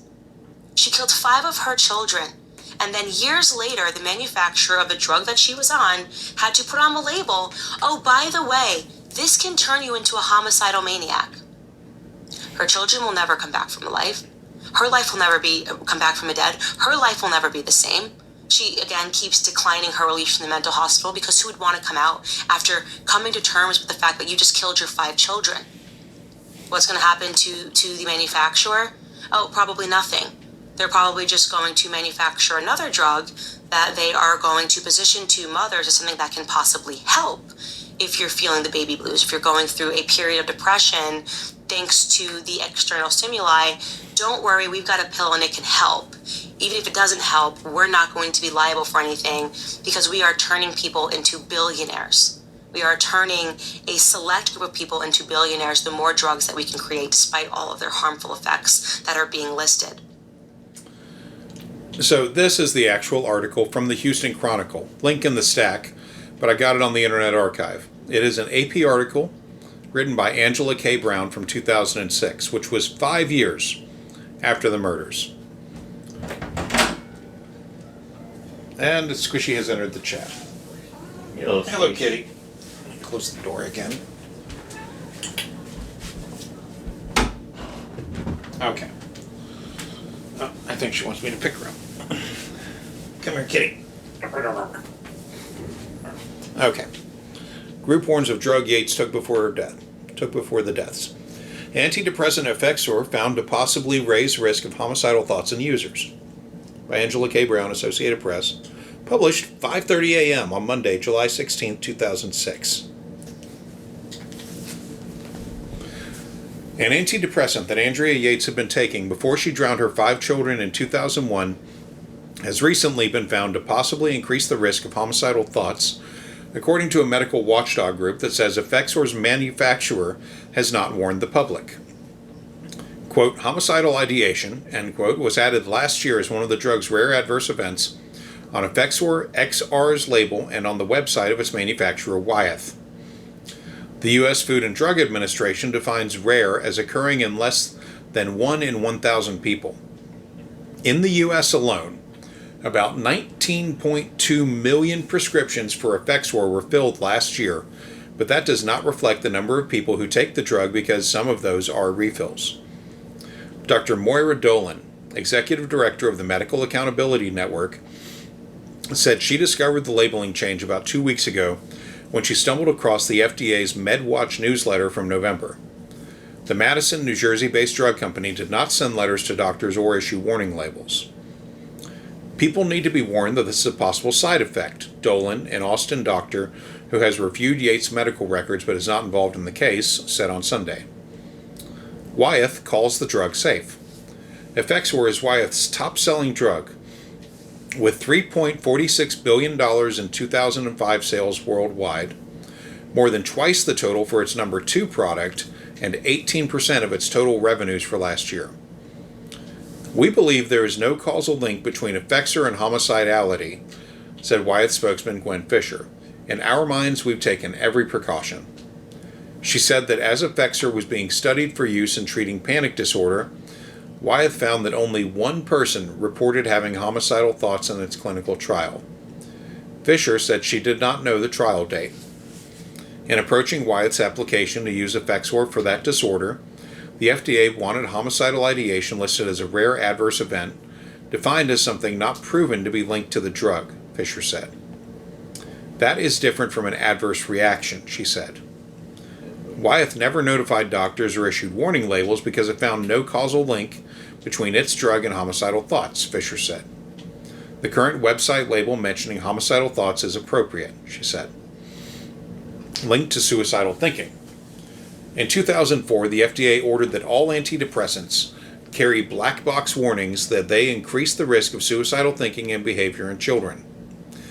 That action was driven by data that showed that, on average, 2 to 3% of children taking antidepressants have increased suicidal thoughts and actions. The link is stronger with Effexor than with other antidepressants in the same class of drugs. But Fisher said the drug is safe and effective. Andrea Yates, who remains jailed, continues taking Effexor as well as an antipsychotic drug to help stabilize her mental illness. And a psychiatrist testifying in Yates' retrial that started 2 weeks ago. Yates, 42, has pleaded not guilty by reason of insanity in her second murder trial. Her 2002 capital murder conviction was overturned on appeal because some erroneous testimony may have influenced jurors. The daily dose was high. Yates had been prescribed Effexor in varying doses since shortly after her first suicide attempt in 1999, said Dolan, who reviewed her medical records after Yates' first trial at the request of Yates' then-husband, Russell Yates. A month before the murders, her daily dose had increased to 450 milligrams, twice the recommended maximum dose, Dolan said.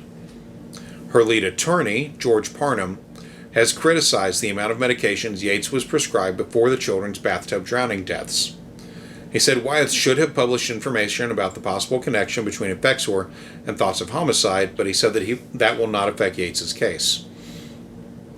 Obviously, this is a severely mentally ill individual who was on a plethora of psychiatric meds, Parnham said. There's no question mental illness killed those children. End quote. Parnham said Yates suffered from postpartum psychosis and drowned the children in the family bathtub while in a delusional state, which likely was exacerbated after she was suddenly taken off Haldol, a strong antipsychotic drug. The drug's sales increased. Yates, being tried in only 3 of the deaths, will be sentenced to life in prison if convicted. Effexor sales rose only 3.3% in 2005 compared with 2004, but they jumped 8.8% in the first quarter of this year to $945 million.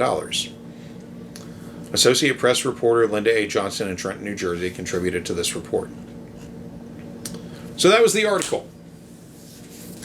It was short enough that she could have read it in full to her own audience, but this show exists as a record that she did not. And as I have pointed out here time and again, this episode of her show was within the last 3 years of this podcast recording, and this article was from 2006, 20 years ago. Candace had effectively enough time from the time of that article up to when her show aired that the damn article could have scored a driver license in most American states. Over 16 years at that point. So I thought doing some follow-up was warranted here. Yes? I always forget that it's 16 for a driver's license. Yeah, most states. Yeah. I think it's actually younger than that in some, but I don't want to. I don't want to bother even talking about that. Fair. So, according to later articles, her husband did manage to divorce her, and she has been in Kerrville State Hospital in Texas since 2007. She routinely denies board reviews that might allow her to be released or put under less supervision while in state care. She is not interested in pursuing any kind of life beyond the asylum, basically. Her existence is mostly solitary, and she is currently on at least 2 medications. One antipsychotic called Zyprexa, and she is also still on Effexor. There has been no widely cited proceeding anywhere that claims Effexor was the cause of her killing her kids. If it was the cause of her case, she would not be continuously on it in an asylum. Yeah. But what they noted in that article was that 3 weeks before the murders, she was taken off of Haldol, which is an antipsychotic. Yeah, and knowing some people that do take some antipsychotics, when you go off of one, it can sometimes be very mentally rough to not just go, fuck everyone. Yeah. Yeah, so. Further material from an article from ABC News dated 2008. So 2 years after the article Candace pointed us to, it says, Andrea Yates may have been found not guilty of capital murder by reason of insanity, but that doesn't mean she'll walk free. Thursday morning, Judge Belinda Hill will commit her to either Rusk State Hospital or North Texas State Hospital in Vernon, where she will remain until a jury decides her psychosis has been adequately treated and conquered. But that day isn't close, and many say it will likely never come. The 42-year-old is heavily medicated on Zyprexa, an antipsychotic, and Effexor, an antidepressant. You can only imagine the hell Andrea Yates lives with every day. George Parnham, her lead attorney, said earlier today. Todd Frank is foreman of the jury that spent nearly 13 hours deliberating the case over 3 days. At a post-verdict press conference, he said, quote, she needs help. Although she's being treated, I think she's worse than she was before. I think she'll probably need treatment for the rest of her life, end quote. So while Yates will spend her future under doctor's care, her ex-husband, Russell Yates, will spend his with a new woman. He remarried earlier this year.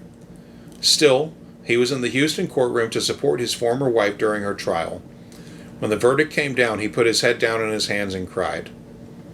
Later, in front of the courthouse, he said, quote, the jury looked past what happened and looked at why it happened.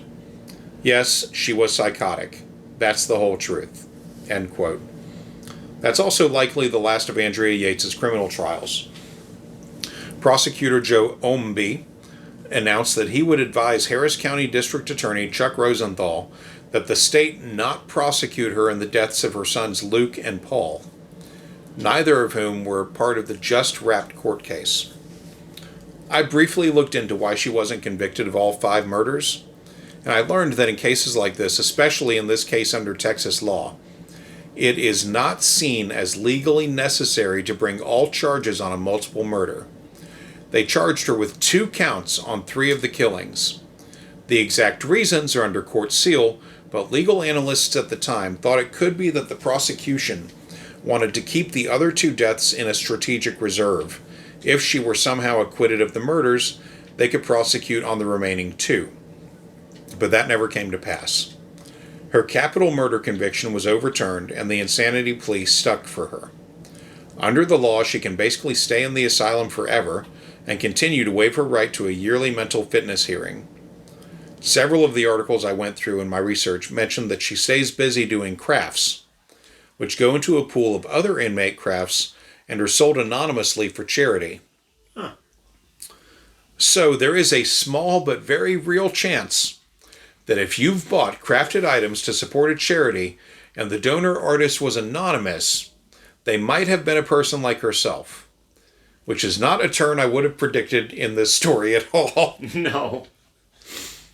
But again, we come back to the drug itself not being seen as the actual cause of the murders, and this is a drug that has millions of users still today. Effexor, basic Effexor itself, was shelved a few years ago in place of Effexor XR, which is an extended release version of the original drug, and there is a chance that if you are not on it, you or someone you know may be on the generic version, venlafaxine. The generic was the 51st most commonly prescribed medication in the U.S., with over 13 million scripts in 2023. It is in the class of drugs known as SNRIs, or serotonin non-epinephrine reuptake inhibitors. That is a mouthful. Yeah, I had to break it up Yeah. to make sure I could get through all of that. It carries all the standard warnings that most drugs like it carry, such as withdrawal risk, blood pressure increase, and suicidal thoughts and ideation in younger people. Instead of homicidal ideation being listed, quote, acting on dangerous impulses, end quote, is used instead. I don't like swinging in favor of drug companies, but in this case, the information Candace is presenting is wrong and dangerous. Candace is moving on to another one now. Here's another story. This one is Claire Scanlon. She was jailed for murdering her young son after she poisoned him with her antidepressants and she beat him. She was 38 years old and was found guilty of killing her 5-year-old at their home in Oldham, Greater Manchester on New Year's Eve in 2021.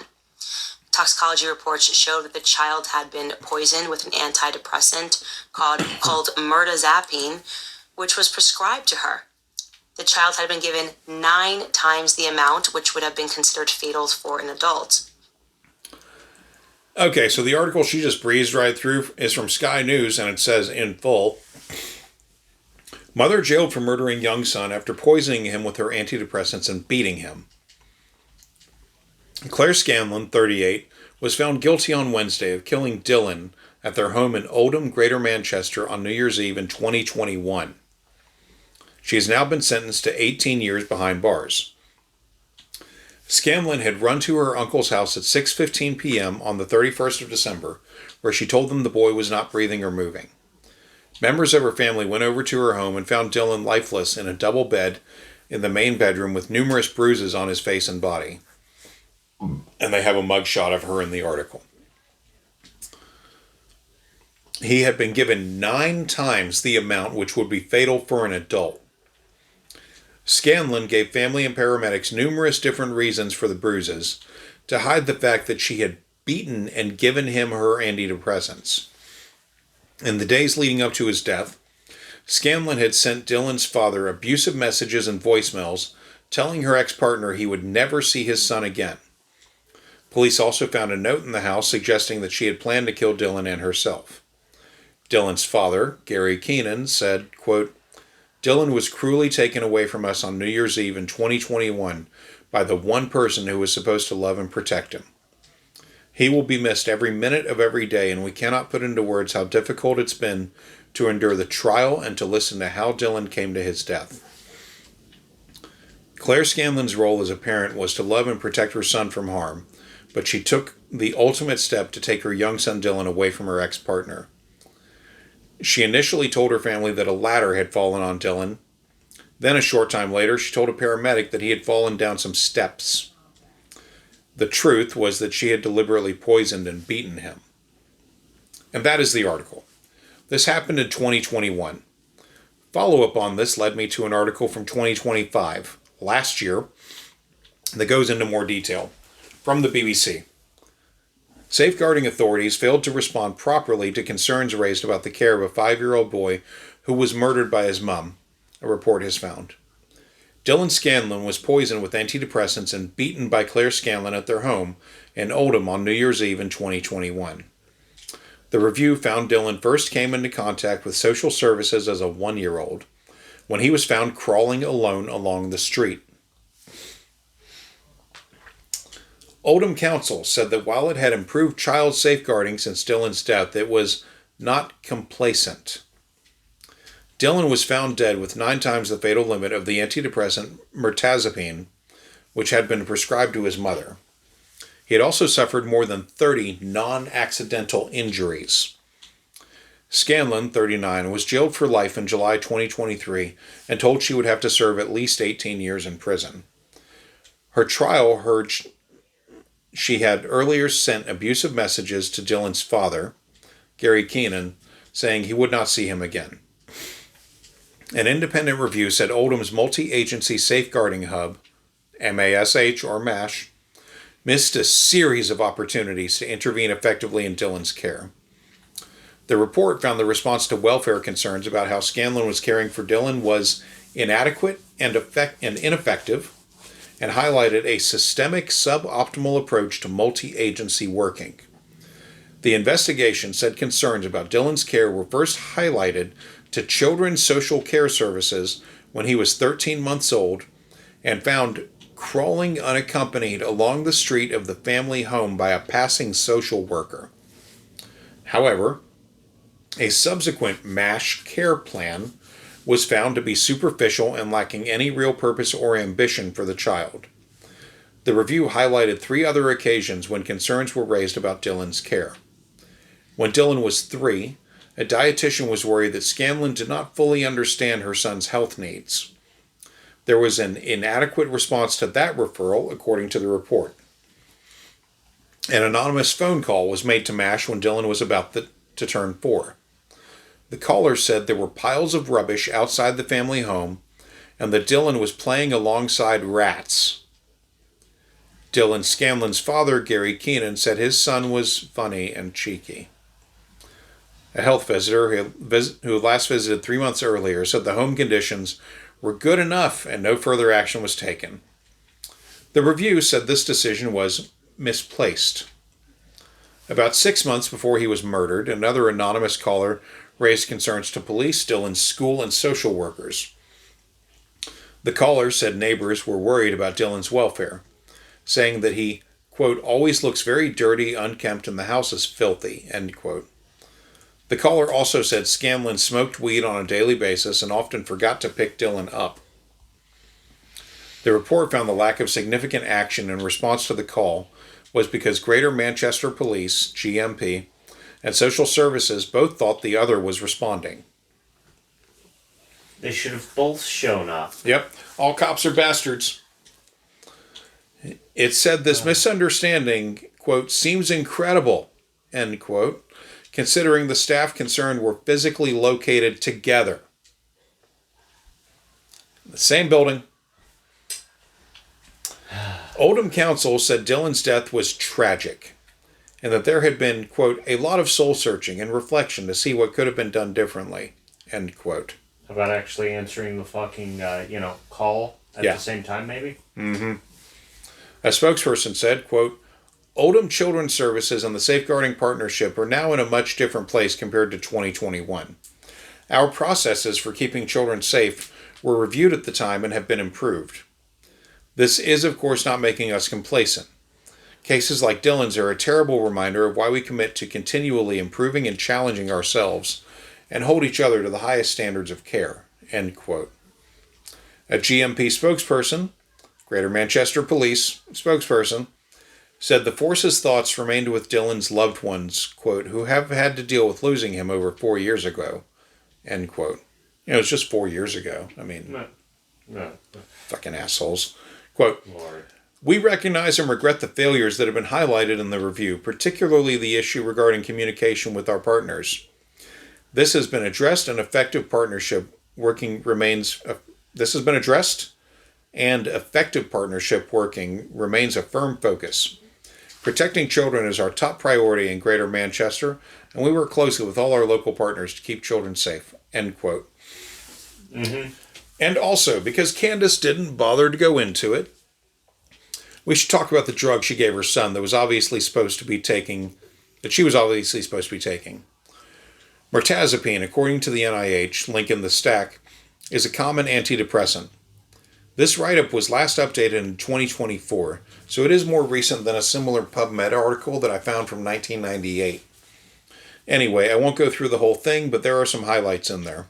For one, it is not approved for children, and the text says specifically it is not approved for pediatric patients. It is sometimes prescribed for what is called off-label effects, such as helping with insomnia, panic disorders, OCD, anxiety, headaches, migraines, and fibromyalgia. It is usually prescribed for major depressive disorder after a trial of SSRIs has been done. It is usually prescribed to patients with depression and insomnia and low body mass index. It has also been used to treat patients with methamphetamine addiction. Using mirtazapine reduced dependency on meth and high-risk behaviors with benefits from the use of it going past the evaluation period. They definitely caution against going off of it right away, as doing so can lead to panic attacks, insomnia, vertigo, nausea, vomiting, diarrhea, and mania or hypomania. Anyone choosing to go off of it is cautioned to do so with the help of a doctor. It does have a number of known adverse effects, and those taken in order are drowsiness, increased appetite, increased serum cholesterol, constipation, and weight gain. Less than 10% of patients reported it having the following effects: sedation, thrombocytopenia, bone marrow suppression, hypertriglyceridemia, acute pancreatitis, rare cases of acute liver injury, cardiovascular orders of various types. It can be contraindicated or have heightened adverse effects when taken with diazepam, tramadol, St. John's wort, tryptophan, seizure medications in general, migraine meds in general, and meds for mood disorders, including lithium and other antidepressants and antipsychotic medications. It goes on to say that patients it is being administered to should be monitored. Cannabis isn't listed in the paper from what I saw, but it is a mood-enhancing drug. So if she was a regular user, it could have played a role in her murdering the kid while she was on this other drug. At this point, we can't really say. Clearly, the system set up to serve kids like her son utterly failed him, though. And as far as I'm concerned, his blood is on the hands of everyone that allowed it to happen, and of course his mother. Yeah, well, the thing about weed and the antipsychotic interacting with each other is very likely and possible because unnamed friend who takes antipsychotics thought it would be a good idea at a party once to go ahead and, just take a hit of weed. Been doing it before, wasn't an issue. Right. Never did it while on this antipsychotic. Now has to take an antipsychotic of a different variation that prevents hallucinations because the cannabis mixed with whatever the chemicals were and caused involuntary hallucinating. Oh, jeez. Which led to a permanent damage that, without the anti-hallucination meds, will lead to furthered hallucinations. Yeah. God, that sucks. Yeah. So, here's the next clip. Here is a third and final story. This is Jennifer Labor, and the people that knew her were shocked by this story. 2016, her and her two sons, a 3-year-old and a 5-year-old, were all found dead inside the family's minivan. They had all died from gunshot wounds. She had traces of antidepressants, bupropion, and this one, which I can't really say, desmethylphenolaxvaccine in her system at the time. So to be clear, she shot the kids and then she shot herself. And again, I'll ask the question, what would drive a mother to go against every biological and natural instinct, every fiber of their being to bring harm to their children? It's going to be a question that's never answered. Here's the answer. And this story happened in 2016, by the way, and we are reading from the link Candace had up on her show, which is what we've done with the initial stories presented on the other victims. Anyway, here is the article in full. Everybody is blindsided. Mother found dead with sons in minivan, November 30th, 2016. 5:56 p.m. Mountain Standard Time from CBS Colorado by Tom Mustin. Highlands Ranch, Colorado, CBS 4. Flowers and balloons lined the Labor family home in Highlands Ranch after an unspeakable tragedy. Quote, how something like this can happen is dumbfounding to me, end quote, neighbor Brian Dooley told CBS 4's Tom Mustin. On Wednesday morning, Jennifer Labor and her two sons, 3-year-old Adam and 5-year-old Ethan, were found dead inside the family's minivan. Jennifer Labor's mother told CBS 4 all of them had died from gunshot wounds. Labor's husband had reported them missing Tuesday night. Quote, everybody is blindsided. We had no indication, nothing like that. No abrupt behavior by any means, just blindsided, end quote, said family spokesperson Brandon Tartler. The mother and sons were last seen on surveillance video Tuesday, just before 2 p.m., leaving Bear Canyon Elementary School early. After an intense search by the Douglas County Sheriff's Office and Lone Tree Police, a passerby spotted the family's vehicle behind the Sports Authority store on County Line in Quebec. Quote, "We certainly did not see the horrific ending," end quote. Chief Deputy Steve Johnson with the Douglas County Sheriff's Office. Neighbor Brad Baldwin recently spoke with Jennifer Labor and said she appeared to be happy. Quote, "Nice lady. We exchanged phone numbers. We talked about trying to do a block party," end quote, Baldwin said. Neighbors say the couple moved to Colorado 2 years ago from Minnesota. The sheriff's office is not commenting on the possibility of a murder-suicide, but they do say there is no threat to the public. Tartler commented on speculation Jennifer Labor had battled depression. Quote, "Depression is real. It is what it is. Not sure what's going on now. We know we've lost a wonderful mom and 2 boys," end quote, he told Mustin. And as deputies tried to piece together a horrific crime, Dooley spoke for his fellow neighbors. Quote, "Hug your kids and love them and try to be the best person you can for them," end quote, he said. The sheriff's office says Ryan Labor, Jennifer's husband, is cooperating with authorities and is not considered a suspect. The investigation is ongoing. Nowhere in that short article did it mention any drug she was on. But since this was 10 years ago, and at least 2 years since Candace made this video, I went looking for updates. What I found is that husband and father in this terrible ordeal has moved on. His story is really heartbreaking, and I'm choosing to leave it out of the link stack. Denver 7 covered it if anyone is interested. They had several write-ups for him, and there is a memorial page on Facebook about the family, presumably done by the father. Moving on from all of that, I can tell you that nowhere in publicly available information is the coroner report that would mention any drug she was on at the time of the murder-suicide. I can say at this time that I believe Candace or her people made that shit up.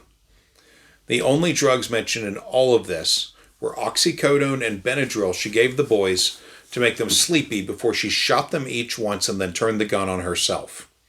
Her husband never noted any kind of treatment plan for her. He made it seem like they as a couple knew that she suffered with depression, but it was done in the silence of their home. She had apparently battled it for years, and they finally felt as though they had beaten it and decided to have a family. 6 years later, she committed the murder-suicide. This was not a failure of the system. This was not a failure of Big Pharma or a misdiagnosis by a doctor. This was a diagnosis. Yep, Kitty. Silly girl. Okay. This was not a failure of the system. This was not a failure of Big Pharma or a misdiagnosis by a doctor. This was a person that struggled privately and hid her pain away until it overtook her and others. Her and her husband should have probably sought help. Sure. But what pissed me off the most about this one is that not only did Candace lie about drugs being in her system, but also folding this into postpartum depression is really something else. All available material suggests she was under a cloud of private depression for a long time before she was even married. This predates her as a mother. All of that information was available for her to find, since the stories I looked up predate the filming of this series by several years, including the memorial page that the husband has added onto over the years. As for the drugs Candace mentioned, I ran them past a doctor form, and what came back was that one of them may have been a mood stabilizer and the other one is in a class of antidepressants known as SNRI, but in either case, there is no proof that these were in her system at the time. And aside from using the word medication being present in her system, without a toxicology report from the coroner, this is some pretty bad reporting from Candace Owens, a person that some people still consider a journalist for reasons I will never understand. So, fuck you, Candace Owens Farmer. Fuck you specifically. Next clip. As we are not allowed to ever point the finger at Big Pharma. If you do, Well, we have to do stuff like this. We have to create a show that's behind a paywall because Big Pharma has enriched so many people via their ads that they all do the bidding for them. You can't even talk about this stuff on YouTube. You can't. You get strikes. I've tried it, right? You have to find different platforms to even get this information to mothers that could save their lives. What is in your medicine cabinet?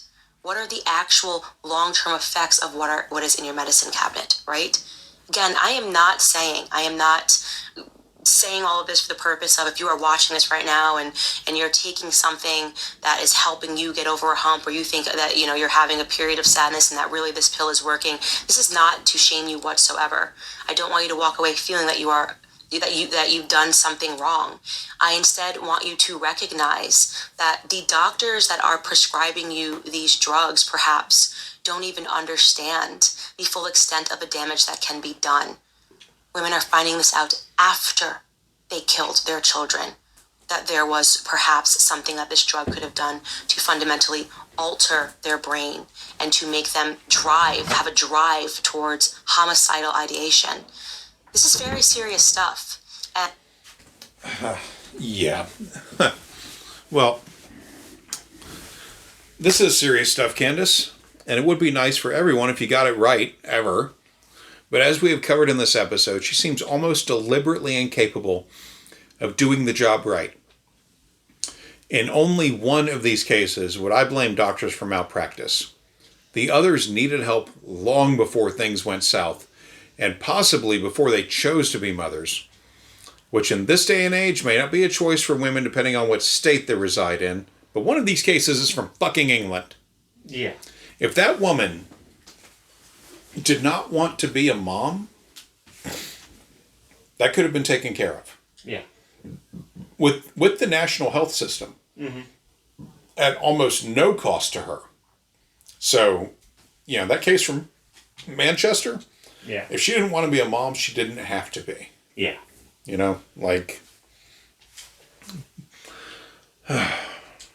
Anyway, here's the next one.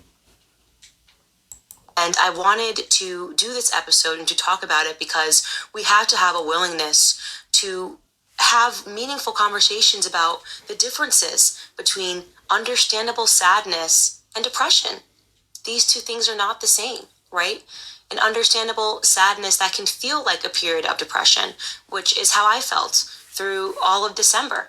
I was very sad for a very long period of time because I felt like a failure. But I also knew, because I had a person that was willing to, when I was 18 years old, look me in the face and talk some sense into me about what is an illness versus what is a circumstance that I am going to have to harden myself against.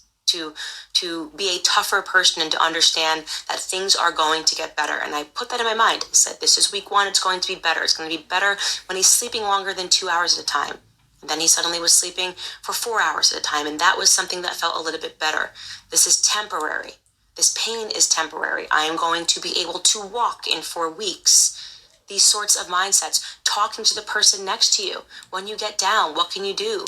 Can you go on a drive? Can you go get a cup of coffee? Talking to your family members, not being ashamed to ask for help, and that was the hardest part for me, is having to learn to ask for help. There are so many things that we can do to try to put ourselves in a better circumstance before we turn to a cartel, really, a medical cartel of individuals who do not want to help you. Again, if you are sitting around and you're thinking, I want to drown my children, you need help. You need help. You should call 911. You should call the nearest person to you. You should have somebody. Do not take this as, I can just outthink this. If you are having any sort of thoughts like that, you need help. You need help immediately. But I think that there are a ton of women who are not there yet, who perhaps just needed to hear these words. And so I hope that was helpful to you guys. I hope that this opens the conversation. I would love to hear your experiences on all sorts of drugs. I'm not the only person that's been thrown anxiety and depression pills for a bad high school breakup. All right, guys. So I hope that was helpful. Let's take a quick pause and jump into some of your comments from episodes past, because obviously I'm still kind of coming off of maternity leave and haven't been able to answer a lot of your comments that are backdated. Okay, so the pre-comment spectacular here. Mm-hmm. I want to remind everyone that her slick delivery belies the actual stories we went through.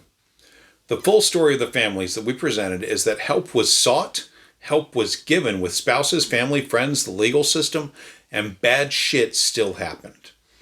There were numerous obvious off-ramps to the highway each of these people went down before murder was on the table. Candace, of course, presents herself as stronger than most, telling her depression or bad mood or physical pain to just go away and it became better. I doubt much of what she says ever. It cannot be actually proven, but she loves to present her life as being non-privileged when it totally is.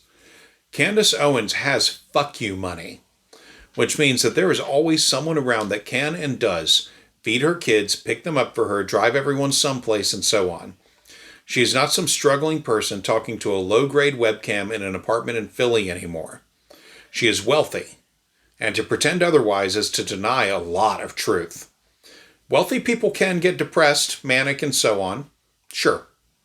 But having the resources to deal with it and just having to push through due to lack of resources are very different states of being. But now, let's get into the fucking comments.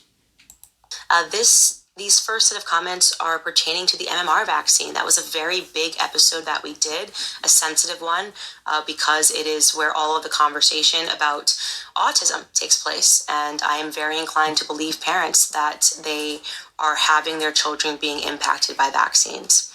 Mimi writes, have they changed what's in it? I'm 60 plus and had all vaccines as a kid and while growing up. I don't know anyone autistic from my age range, so I have to ask what changed. Was it because they lumped the 3 shots together? Because I think when my age group was young, the shots were individually given. The DTaP was individual as well. Seems like putting them together and perhaps adding something new made the formula bad, scary. Well, we spoke about that. We talked about Japan and Japan's refusal to lump them all together because they were seeing an increase in side effects and they believed it had something to do with lumping them all together. So you may be onto something there. And of course, if you're 60 plus, you were from a generation where you probably had to get, when you say all vaccines, you're talking about 3 to 5 max. Let's also not forget that these children are made to get 78 vaccines now from the time that they're born until they leave high school. It's completely insane. And nobody's asking the question why, except for us here. Because you're a liar. We covered the Japanese response to the MMR back in the MMR episode. But it basically came down to Japan having production issues with their own Japanese-made version being linked to thousands of cases of meningitis in a component of the mumps portion of the vaccine. Japan switched to a separate run of shots for the last 30 years. And because they did that, we have data now showing that switching things up like that is less effective than doing all 3 at once in one vaccine. Japan had several outbreaks of measles that resulted in over 95 deaths and lifelong consequences for survivors of measles infection. As for this woman claiming she never knew anyone autistic, no, lady, fuck you. You didn't know anyone diagnosed. Mm-hmm. I would put money on there being a comparable number of autistic people in her time as there are now. Fucking absurd. And I will say it as often as Candace makes the lie, there are not 78 vaccines on the schedule from age 0 to age 18. That is not a real fucking number. Next. Melissa writes, my daughter got this shot and had a horrible reaction, even partially paralyzed for 2 weeks, and doctors did nothing. They said it would just wear off. She has to have 6 months of physical therapy to be able to walk and use hands properly. No one would admit it was the shot. Said it was ataxia, a random thing. Well, that's listed on the vaccine insert, just so you know. But it happened within 2 weeks of her getting her shots. Yep, no surprise. That's why we go through these vaccine inserts. They know where it's coming from. It's listed on these inserts, and then they gaslight the parents. And I always want to make that something that you remember, that they will pressure you to get these shots. They will pressure you to take these pharmaceuticals and take these drugs. But whatever happens thereafter, they wipe their hands clean. They don't want to pick up your phone calls anymore, right? Their job is to sell you the shot. Your job is to deal with the consequences. So you better get on board with fighting for yourself and advocating for yourself, because if something happens to your kid, they are not going to care. They are going to gaslight you and make you think that you are crazy. It'll be a problem that you have to deal with for the rest of your life. Okay, so let's discuss this one. Ataxia is a super rare possible adverse event of MMR vaccination, coming in part from the live measles variant in the vaccine. But, and this is crucial, ataxia can also come on with other health conditions that may be present at the time of vaccination. But don't take my word for it. The following is from vaccinesafety.edu, link included in the stack, and the title of the article is, Do Vaccines Cause Ataxia? Short answer, no! However, in the interest of science, I'm going to read from the article now. It was updated on November 8th, 2023. And it says, natural mumps and varicella infections are associated with acute cerebellar ataxia. Thus, mumps and varicella vaccines prevent ataxia by protecting against natural infection. Vaccines currently routinely recommended to the general population in the U.S. have not been shown to cause ataxia. The 2012 report by the Institute of Medicine, IOM, now called the National Academy of Medicine, NAM, found no relevant studies of quality in the literature assessing an association between ataxia and measles, mumps, rubella, varicella, diphtheria, tetanus, or pertussis vaccines, since the only applicable studies available either had serious methodological limitations or used passive surveillance systems and therefore lacked an unvaccinated comparison group.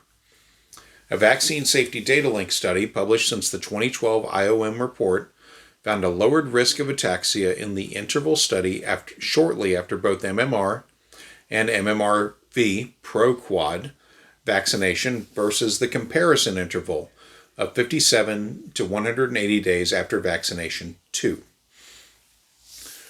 Per the 2007 ACIP recommendations, acute cerebellar ataxia has been previously described as potentially associated with single antigen varicella vaccine, or Varavax. However, available data are insufficient to determine a causal association. Wild-type mumps and varicella infections are associated with cerebellar ataxia, and wild-type measles virus is known to invade the central nervous system. MMR and varicella vaccines are live attenuated viral vaccines and are therefore able to replicate in the body. Although it is biologically possible for these live vaccines to cause ataxia, the available evidence has not been demonstrated an increased risk.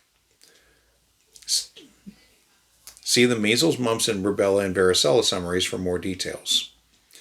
The 2012 IOM report described one case of ataxia after measles vaccination. However, even after considering knowledge about natural measles, mumps, and varicella infections, the IOM concluded that this mechanistic evidence was weak. The IOM also concluded that there was no mechanistic evidence for an association between ataxia and rubella, diphtheria, tetanus, or pertussis vaccines, as the publications reviewed provided no evidence beyond a temporal association. End of the article. So, while it is theoretically impossible, the general answer is no. We don't know where this person was from, where they may have lived, what conditions were present, and so on. But it should be noted that vaccines are tested regularly if issues actually come up, and if there had been a case for this concerned mother could have used the vaccine court system for her daughter. I personally think this sounds like bullshit. Next up. Ahava writes, I was 22 for the first time when I got it going into pharmacy school as a requirement. That pretty much ended my health and my career as a pharmacist.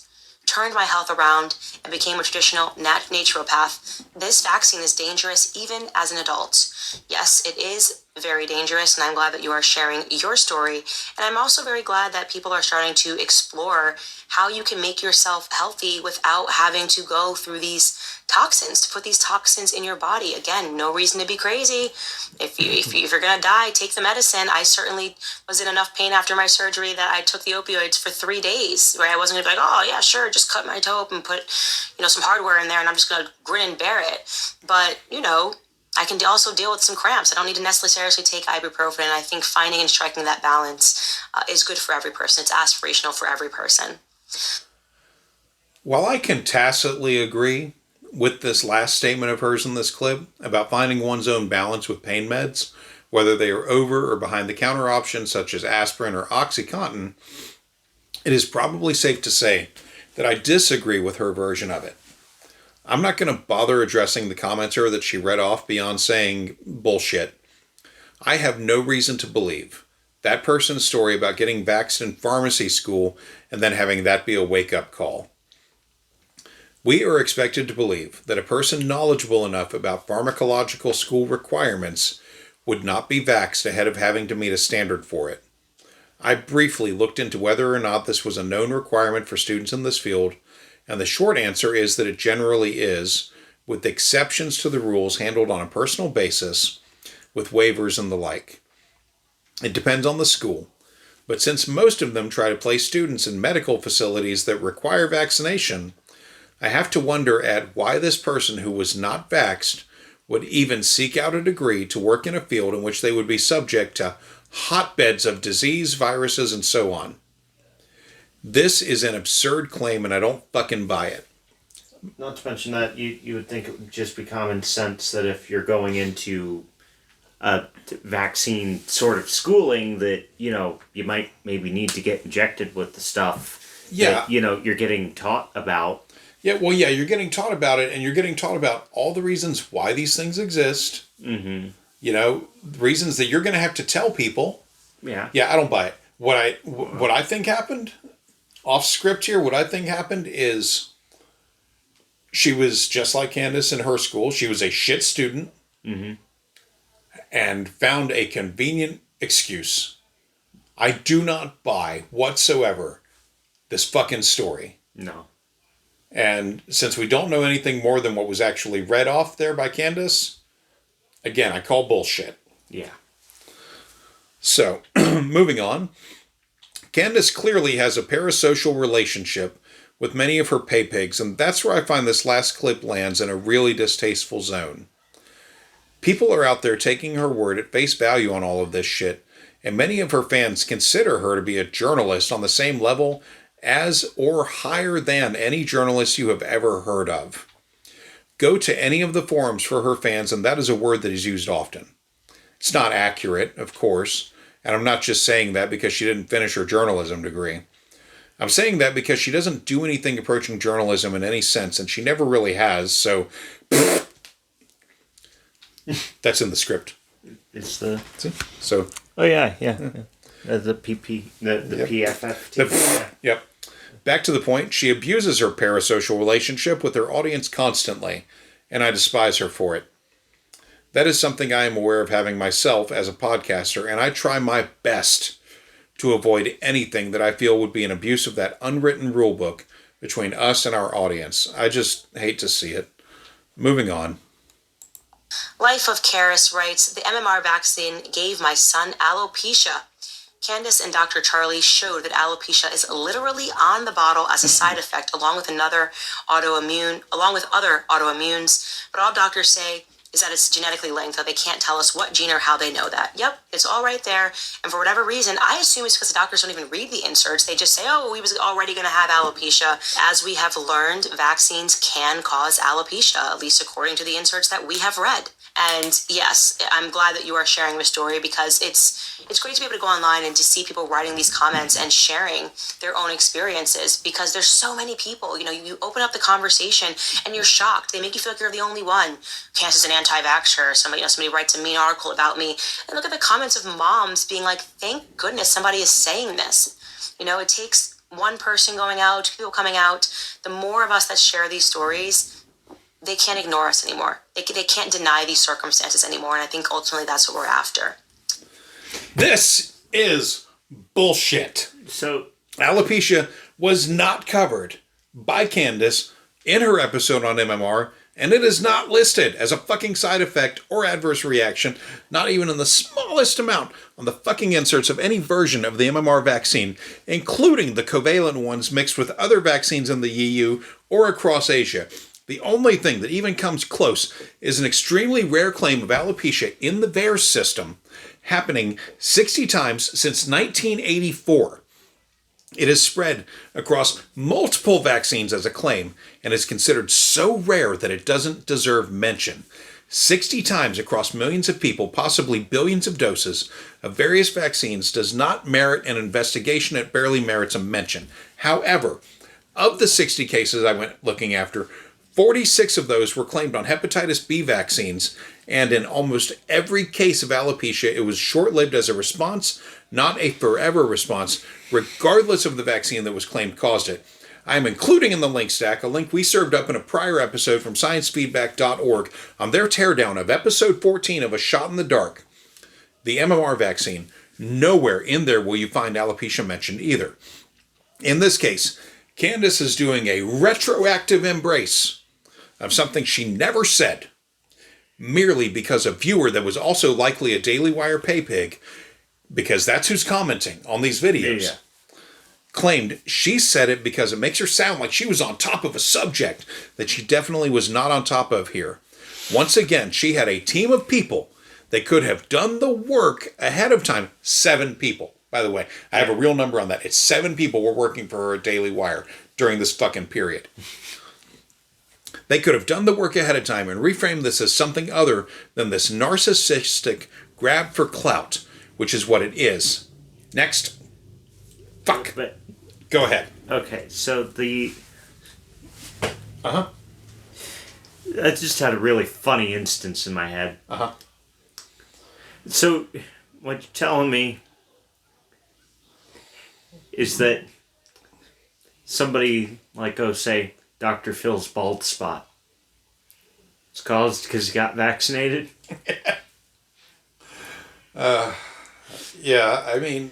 like, you're not going bald because you're stressed. You're going bald because you got vaccinated when you were a child. Yeah, I mean, like... God damn it, I got the COVID vaccine and I started going bald. It's because you're 60. God damn it. Yeah, right. Like, I just... Oh my God, when she said that, I was like, I know that wasn't mentioned. No, I know that wasn't mentioned. Of all the bullshit that I willingly delete from my brain, I never remember hearing alopecia mentioned. No, it's not. It's not on any fucking vaccine insert. No. The incidence, if it even occurs, like I said, is so goddamn rare. Yeah. Like, this is not a thing.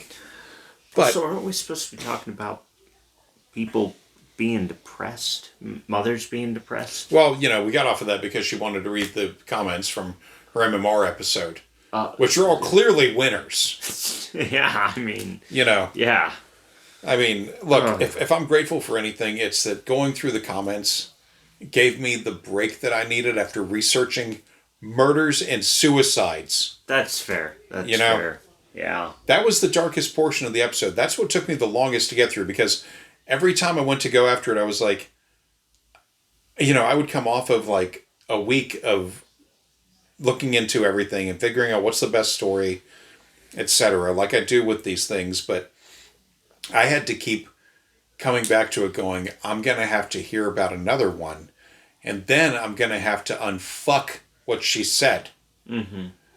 Which means I'm going to have to read way more information. Yeah. That's what took me the longest amount of time, because I could not approach the subject. Yeah. It's fucking horrifying. But anyway, the next clip is a rough listen. Candace is going to say some straight up fuck shit that is going to enrage anyone familiar with the autism cure industry. Ahead of time on this one, I am sorry, but we do have to play this shit, and here we go. Rainwater writes, I am 100% convinced that MMR caused my son's regression. He's now 4 and autistic and nonverbal. My heart absolutely breaks for you. I am hopeful that by jumping into this community that you will also speak to other parents that have autism. I remember when I first did this series before it was on the Daily Wire, there were a lot of moms, and I will try to dig this up for you, that were talking about a form of treatment where there's some machine that can pull... first off, they talked about diets, like making sure that you go on a no metal diet because there's metals in everything. And then they had talked about a machine that you can put your child in that actually, it's super expensive, but it pulls the metals out of a child's brain. I know that we had talked about in an earlier episode that they had it explored the brain of a man who was autistic after he had died. They had researched his brain, cut it open, and they had said that he had high instances of aluminum in his brain. So that is a real thing. And we provided those resources on a past episode. I don't remember which one it was. It was an earlier one. But if that is true, then what these parents were saying, and they had had success, their children had autism, there's something to that, going on a heavy metal detox diet. So I'm sharing that with you off the cuff. Again, saying for safety, I am not a doctor. Speak to your doctor about all of these things. I am just sharing with you what other parents have shared with me, and I tend to trust parents more than I trust doctors when it comes to children. I am including a link in the stack to the official episode links to the Behind the Bastards episodes on the, quote, grifters behind the fake autism cure industry, end quote. In those episodes, you will find the source of my rage at this clip. Not only are parents being ripped off to the tune of thousands of dollars, their children are being harmed by people that often do have medical degrees and zero conscience. I've said many times that I and everyone in my home is autistic. It's pretty great when you learn how to manage it, honestly. Our kids were raised with almost zero issues growing up because me and my wife had been raised by neurotypical parents, and that was hell on us. And we decided we weren't going to raise ours that way. So we just didn't raise them that way. The very concept of curing them of their unique abilities is tantamount to performing a lobotomy as far as I am concerned, which is a step I think my own parents that raised me might have taken had I been born in a different period. Had I been diagnosed at an early age and had there been a cure industry, they would have gotten sucked in. That's the kind of people they were. As evidenced by the cult they joined that promised, among other things, to normalize me and my very neurodivergent friends that were there. Obviously and thankfully, that day of normalizing never came, because there was nothing wrong with me, my gay best friend, or the other weirdos whose parents joined that fucking place. I really despise Candace for even bringing this shit up, especially since, as she says, she is not a doctor, and as we have already noted, that parasocial relationship with her ride-or-die pay pigs is only going to result in hurt or dead children and adults. With that in mind, the start of the final clip is particularly enraging, and I do not in any way believe that it is true in any sense, but at least we get to close out this horrible fucking episode on it. Lastly, you guys, Jenna writes, caused it in my son 100%, and now we are detoxing the vaccines out of him and seeing huge gains. So there you have it. Please look into detoxes, vaccine detoxes, heavy metal detoxes if you believe that your child has been impacted by vaccines in any way whatsoever. And hopefully, guys, that is helpful for you. I know this was a particularly heavy episode, but I'm glad that we got through it. And I'm always interested in hearing what your feedback is. I hope that there was nobody that was upset by it. Again, this is the judgment-free zone. Everybody has to do what is best for them. But I think it's helpful to hear a different perspective other than take the pills and take the medicine always and enrich a bunch of big pharma executives. All right, guys, that unfortunately is all the time that we have for today. Just a reminder, all the links and resources are posted on our amazing Instagram page. If you're not following yet, where are you right now in the world? At Shot in the Dark DW is where it's at. Thanks for joining me. We'll see you guys next time. Yeah, I don't buy that shit. No. Really, if you haven't heard the Behind the Bastards episodes I linked to, please go do that after this is done. And if you don't want them with commercials, you should be able to pull them up on YouTube Premium if you have it. At some point recently, Behind the Bastards stopped being on YouTube and took themselves to Netflix of all things, but the regular episodes are all available on every podcast source I know of, regardless, up to current ones. So you do you.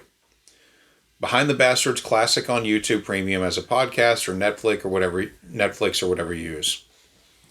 This was the hardest episode for me to get through for reasons I've laid out on the many update-episodes I've published and other reasons I have not divulged. I appreciate the audience for sticking with us, and if you want to support the show, we're back on Patreon. But now, let's drink something different. What do we got tonight? Tonight we have Limited release Red Chair NWPA. Northwest Pale Ale. Yeah. By... I think it's pronounced Deschutes. Deschutes. Yeah. That would make the most sense. They're from Bend, Oregon. Yes. Yep. They're from Bend, Oregon. The only reason why we have this is because went into the liquor store at fucking Lunds and Byerly's, asked a guy, hey, where's your single beer wall? Brings me over to it. And he goes, what are you looking for? And I said, honestly, I'm looking for some weird shit for me and my dad to drink. And he looks at me like I got 3 heads and recommends fucking Guinness. Now, that said, we like Guinness, but we've had Guinness. And Guinness isn't weird. No. It's just a fucking stout. Yeah. No offense to Guinness drinkers. I do love Guinness. Now, it is the stout that other stouts are measured against. Yeah. But we've had Guinness. Guinness is fine. You know what's really good for Guinness, people? I'm going to give you a little secret here. If you're making brownies, right? You buy your box of brownies or from scratch. I don't give a fuck. I don't care. Listen, this is what you do. You substitute the water in the brownie mix with Guinness. Straight 1-to-1. You might have to use a little more, but not much. Guinness brownies are a delectable, devilish treat. You want to be the ultimate Satan? What you do is you take some Bisquick, okay? You make the brownies, let them cool off. Take some Bisquick. Again, you take the rest of the Guinness from the bottle, because you're not going to need all of it. You could drink it down if you like, and I understand that. But you can also just mix it with an appropriate amount of batter. You can make a Guinness beer batter with the Guinness brownies. Now what you do is you get something to fry them up, like a deep fry, okay? You deep fry the Guinness brownie. You take the brownie, you put it in the batter, you get a nice thick batter on it, and then you drop it gently into the fryer when it's fully hot, of course. When it floats, it's done. You pull it out, you let it drain off the oil, and you can have it right there, and it's going to be awesome. It's going to be delicious, but we can take it a step further, okay? You get some cocoa powder, preferably a Dutch press cocoa powder. It's not going to be cheap, but you're not a cheap person, are you? No, you're not. Take that Dutch cocoa powder, mix it with any of the Guinness that you have left out of that single bottle. If you've drunk it or you've used it all up, that's fine. Crack open another one. You're going to do it anyway. Take that Guinness, you mix it up with the cocoa powder until you have a nice syrup. Maybe sprinkle in a little sugar. Maybe, if you're nasty. You mix it all up together, you drizzle it over that battered, fried Guinness brownie. Good God. It's like kissing Satan. That is the reason why we do not own a deep fryer. Because I have these thoughts and I know how to do things. But yeah, like I said, Guinness in your brownie mix, okay? Guinness in your Bisquick beer batter. Guinness with some cocoa. Look, you could get cocoa from like the fucking Aldi if you want. Just be sparing, you know? What you do is you get the Guinness in a bowl, right? And you get the cocoa powder and you whip it in with a whisk until it's the nice consistency that you want. You put in a little sugar or some simple syrup. Simple syrup might be best, actually, because you can just kind of dose it in there a little bit at a time. You want it to have that sweet, dark, chocolatey like taste. Then, like I said, you just drizzle that over the fucking battered, deep fried brownie. And then, schedule a doctor's appointment because your fat ass is going to eat all of them. Yeah. Have other people to share it with. By God, don't do this on your own. Have other people to share it with, because what I've just described to you is the most addictive, cheap fucking dessert you can make en masse. You want to impress some people? You want them to think that you know some shit about some shit? Do that. Now, let's crack this thing open. This is what he grew up with, y'all. And blessed be, I have a fucking high metabolism. Yeah. Not much gusto on that crack there. Yeah. Well. Right about there. That's fine. That's about half. Oh, you're going to do them both? Yeah. Okay. All right. Yeah. I figured after the last time we had done a beer and you bought 2 bottles of it, you're like, I'm not going to split a bottle with you. So I figured, fuck it, I'll get the beers in 2. There you go. That's a good idea. Yeah. It's not like a nasty ass soda. Was it Harry that recommended the fucking Guinness? No, it wasn't Harry. Okay, good. It was a guy who's not going to be there much longer. Oh, good. Cause well, by doing shit like that, yeah. That's well, it's like, okay, look, Harry is a booze expert that works at this particular London Barley's liquor store that we know. Harry would not have said that. That's why I had to ask though, because Harry's a wine guy. Yeah. But yeah, I don't think he's the type. He would have been like, well, you don't just get a single bottle. No. Harry would have sold you a 6-pack. Yeah, Harry would have sold me a 6-pack, and he would have done it fucking correctly. Yeah. Not, well. Yeah, I'm responsible for turning this man here onto one of my favorite beers from the Dutch, Leffe. Yeah, if you were to come into my room and look in my waste bin, you'd assume I'm an alcoholic. Yeah. Because it's just full of bottles of Leffe and plastic bottles of water. Yeah. Leffe Blonde. It's a Belgian beer that is just incredible. What was that other one? Oh yeah, St. Bernardus. Yeah. Yeah, St. Bernardus. That one was. I told you. Was good. I drank it in 30 minutes. Yeah. Yeah. St. Bernardus is not sold in 12-ounce bottles, y'all. It's sold in basically a small wine bottle. A pint and a half to be exact. Yeah, 750 milliliters. It's not a cheap beer. It is anywhere from like 10 to $20 for a single one, and it's got a champagne cork on it. It's also one of the best beers you will ever have. It also caused a major issue when I went to the liquor store to buy it, because apparently they hadn't moved any of it in so long that the system automatically just cut it out. So when I went to go and buy a bottle, I had to go get a picture of the price tag because nobody could actually fucking sell it to me. Yeah. Talked to the manager a few days later about that. Oh, yeah. Yeah, I told him, hey, your St. Bernardus isn't in the system. And he goes, oh, you were the guy that, oh. Okay. I was like, yeah. Yeah. Yeah. Me and my father might have been in here and we might have cussed a whole lot. We do apologize for that. It's kind of fucking ridiculous that the system does that. It smells. Let's give this a sniff. Smells fruity. It does. It smells fruity, like citrusy. I mean, it's a pale ale, so it's gonna. Yeah, it's gonna have some of that. It's amber in color. It's got a nice nice head to it. Yeah, like it smells pretty good. Let's give it a shot.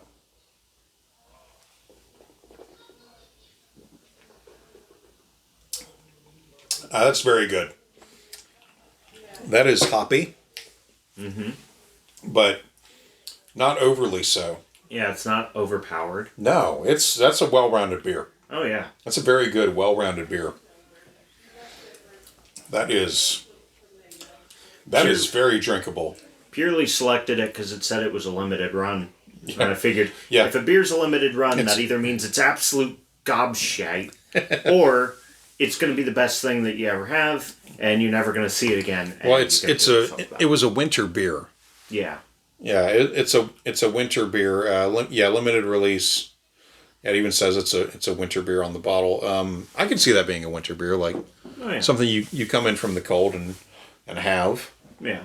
Yeah. Now, this all being said, I brought my kids up the right way with beer. We do not refrigerate them. If we buy them cold in the store, that's one thing. But if we bring them home from the liquor store and they're not cold, that was their last chance. Mm-hmm. We consume it cold in this house. Because I like to taste everything, and that is nigh impossible with cold beverages. For instance, for a short stint there, I was drinking a lot of sake.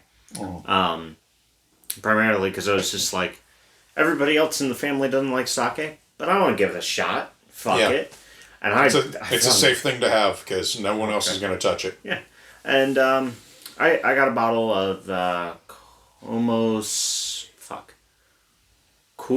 Kumosam. I'm going to fucking butcher it either way I go about it.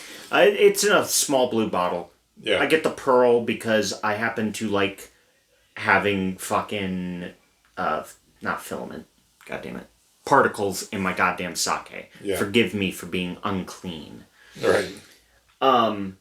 But I was told, put it in the refrigerator before you drink it. I was like, okay, so I put it in the refrigerator.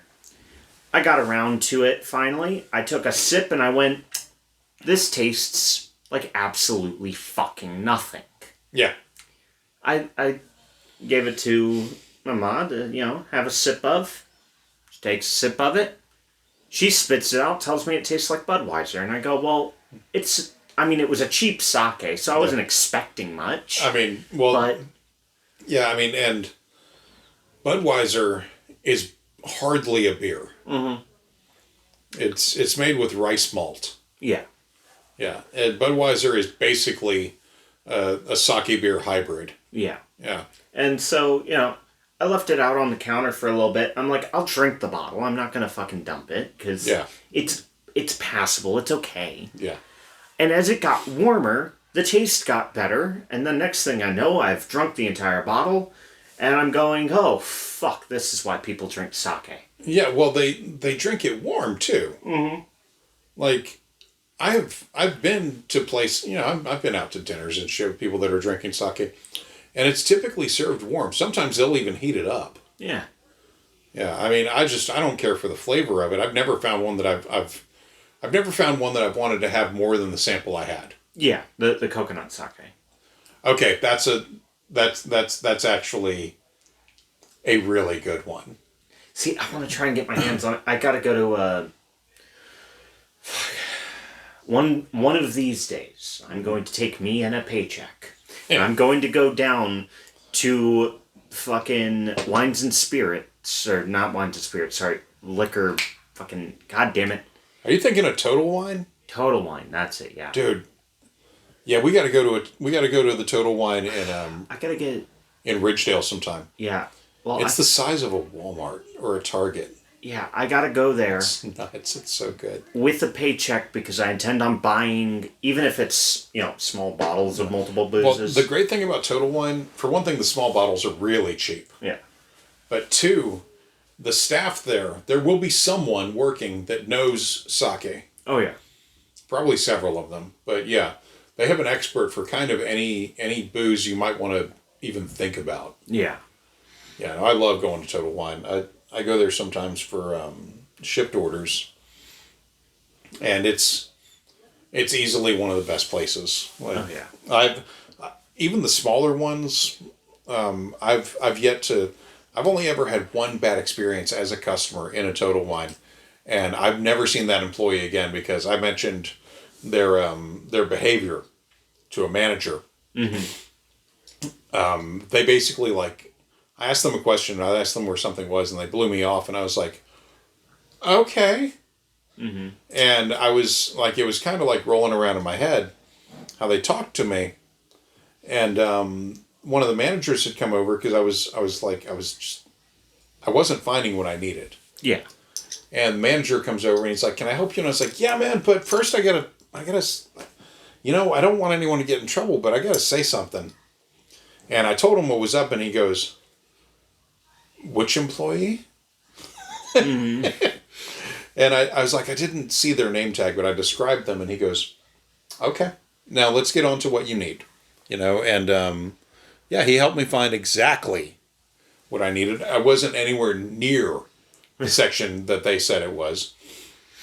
And he took me over to what I needed, and that was when I learned about how their section works. They have an incredible system for everything. Yeah. I love going to Total Wine. It's like it feels like somebody with severe alcohol autism designed a liquor store. It's fucking awesome. I love Total Wine. But yeah, anyway, yeah, no, this beer is really good. Yeah. I mean, if enough other people thought so, it'll be around, this winter. Yeah. From what I was told, because I had pointed that one out to the guy. Yeah. I was asking him about that one because I'm like, well, that's limited run. That's got to be weird. Right. I mean, he's like, oh, it's a little hoppy. If you like hoppy. I was like, well, I prefer darker things, but my dad likes hoppy beers. Yeah. And he was like, well, if you prefer darker things, then he pointed me towards Obsidian. Yeah. I was like, I'm trying to get something for me and him. And it just wasn't sticking with the guy that I'm looking for something for me and my dad. Not I'm going to get myself a beer and get my dad a different beer. No, it's... Oh, God, that guy infuriated me to no end because I'm just like, how do you not... Yeah. I understand I'm not being exactly an easy customer. Right. But... Yeah. Now, this does have... I'd say this has strong hoppy grapefruit notes to it. Mm-hmm. Like, the effect is like you ate a slice of grapefruit and it's just hanging out. Yeah. Which is the hoppiness. Mm-hmm. That is the hoppiness. It's I really... find a bottle of Hopsecutioner sometime. Oh, yeah, good luck with that. Yeah. Tell you what, though, you do Hopsecutioner like I did, and this will seem refreshing. There's nothing, no beer is quite like Hopsecutioner. It's made by Terrapin Brewing from Athens, Georgia. And, Hopsecutioner has 10 or 12 different types of hops in it. It's nuts, but it will kick your ass. Yeah. You do a bottle or a pint of that shit, no other pale ale or IPA or anything will hold a fucking candle. It will reset your goddamn palate. I need that palate reset when it comes to hoppy things, because this is almost like it's a little hoppy, but it's almost a little too hoppy. I could see that being the case. Yeah. Yeah. That's why I want to get a bottle of Hopsecutioner. That way I can just fucking... It's kind of like... I had a hard time with ghost peppers and fucking scorpion peppers and the such. I got myself a bottle of Reaper sauce. All of a sudden, those things are real fucking sweet. Yeah. And then, I couldn't get past Reaper for anything. So I bought a bottle of the fucking... The Pepper X. You bought me the bottle of Pepper X. I did, yeah. I got you the bottle of Pepper X for Christmas, yeah. Yeah. I cleared through that bottle. I'm on my second bottle. Yeah. And whenever I eat something that has Reaper in it, I go, man, that was way too hot. I grabbed the bottle of X, pour it onto something, pop that in my mouth, and go, nope. Yeah. That's what that's supposed to be. Yeah. Yeah, the Pepper X stuff is the shit. Hot Ones is the one that I've been getting for him. It's so good. Mm-hmm. Yeah, this is quite good, actually. Oh, yeah. This is not the kind of beer that I would, like... Crack a six-pack. Well, yeah, I don't think... Well, I'd crack a six-pack, but I don't think I would drain this. Like, it's good for, like, getting some and then putting it down and coming back to it. Like, it's a good nursing brew. It's quite good, though. It's not like having a bottle of Leffe where you'll sit there and just... I would not... Like, some hoppy beers are known as session beers or saisons. Mm-hmm. Those are ones that they typically call lawnmower beers. Okay. Because, like, you're outside, you're mowing the grass, you're doing yard work. You want some booze, but you don't want to be, like, totally fucked up. Yeah. And you want to drink something that's light and refreshing. That's your saison. That's your session beers. Okay. Those typically tend to be, like, very light-colored beers on top of it. No. Pale ales are typically this color. Okay. This amber color. A typical saison beer is going to be really light yellow. Okay. Yeah. Closer to how Leffe is. Closer in color. Yeah. And that's where the distinctions end. Yeah. Yeah. Yeah. Because I can speak from personal experience on that one. That is not the kind of beer you drink and then do yard work with. No. That is the I just ate a steak dinner beer. Yeah. Oddly enough, I drank a bottle of that after I got done eating my tuna steak. Yeah. Oh yeah. It was good. Yeah, it's like a port wine at that point. That's what I put it as. Is Leffe is the beer equivalent of having a port wine after like a meat dinner. Yeah. Like you could probably pair it with tofu, but I wouldn't. Yeah, that's fair. It honestly, so I found that I don't mind tofu in certain things. Like if it's look, the best tofu I ever had. There was this guy at the Jacksonville Landing, which is now no longer a thing. They tore it down and put a park on top of where it was, and put a weird. They haven't done the weird. They haven't done the LERP yet. They haven't done the LERP yet. They haven't done the LERP yet. Yeah. Damn it! All right, anybody who wants a fun trip, go research Jacksonville LERP, LERP, because there is no God. Anyway, yeah. So the Landing, though, up in their food court, they had a Chinese place because it's a food court, and they it's almost like a legal requirement, I think. Well, I got up there, and it was back when I was working at the Landing, like 20-something years ago. I got up there, and I was looking at my food options, and I saw the Chinese place, and the guys, the chef of it was in the back, and he could like see out. His wife was working the front counter, and I said hello, and I was looking at the menu, so I was like, man, I haven't had Chinese in a while, and these people do a really good Kung Pao. And the guy looks at me like I had just shaved my head. I was on a fresh one, and he looks at me and says, Buddha man! And I responded, and I was like, hey man, what's up? And he's like, what you want? And I was like, I don't know, dude. I was looking at the Kung Pao, but like I really want some tofu. He's like, I make you tofu Kung Pao. I was like, all right, go for it, chief. He's like, it take a little bit. Give me like 10 minutes. I was like, okay, cool. I got time. I was between shifts. I had a few hours to kill. I just sat down, was reading a book, and I went ahead and paid for it. And he brought it out. And by God, that was the best tofu I'd ever had. Yeah. He knew what he was doing. And I ate it, and I was like, oh my God, dude. And I went back up to the counter. I was like, that was excellent. He's like, anytime you want, you come by here, you say, Buddha man, and I'll make it for you. I was like, all right, bet. And for just months afterward, I would go by there at least once a week. And I'd just shout it. Yeah. Buddha man, tofu! And he'd make it up. I was like, all right, I like this relationship. This is cool. He never overcharged for it. It was like $10. He'd bring out a pile of fucking tofu. Pao. Yeah, Kung Pao tofu. And it was mixed with like the peppers. And he knew I liked the egg drop soup that they had. So he'd always bring out like egg drop and the fucking food. And I was like, oh my God, like that was an incredible relationship. Then someone else bought the fucking Chinese place. I hope he made a killing off of it. Because I stopped going there. Yeah. Because he sold it to somebody, and I understand. Yeah. But I was angry, but I was happy that I got it when I did, and for as long as I did, for like 6 months. Yeah. I'd go by there once a week and just shout, and he'd produce it. I mean, I paid, Yeah. I paid for it, but it was all right. That was a good, friendly relationship to have. But the new people just came in and fucked it all up. Like nobody ate there anymore. Yeah. Like it wasn't even me telling people, hey, don't fucking eat there. Like I would go in and I would eat at like one of the other spots, just kind of like watch that counter. Yeah. And I would just watch nobody walk up to it. God. I was like, goodness. And now I got the beer burps. But I miss that place. But They should have kept that guy around. Yeah. Well, if there was an option to, they should have. Yeah, well, I mean, he, like I said, he owned the little spot, so I think he sold it and just bounced. Which, I mean, fair enough, especially if you can get it for a decent rate back then. Yeah. Yeah.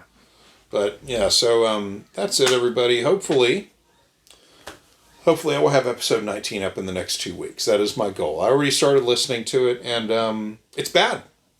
It's bad. Episode 19 is bad. Yeah. I know that the format of this show, it's almost guaranteed to be bad. It's bad. It's not as bad as this. This was unique. This was uniquely terrible. Yeah. And I did not enjoy doing the research. Usually there's some element of enjoyment there. I did not enjoy doing the research on this. I enjoyed the shit out of the comments section. Yeah. Being able to say, no, you did not cover alopecia. No. But now, like, she mentioned that she was on some video with some fucking doctors. Now I gotta go find it. Well, I gotta eventually look that up. I'm not gonna try too hard on that one. There's so much other shit. Yeah. There's so much other shit to cover and deal with. I'll continue to try and research into the fluids that the fluids I produce for us to ingest. Does not sound right. No, it doesn't. That sounds terrible. No. Don't ever say that again. All right. Well, we will cut this off here. You guys have a great night. Have a good night. This beer is 6% alcohol, and I feel every bit of it. Oh yeah. All right, y'all. Well, goodbye, and hopefully we'll see y'all again in a couple weeks. Goodbye, and see y'all in a couple weeks.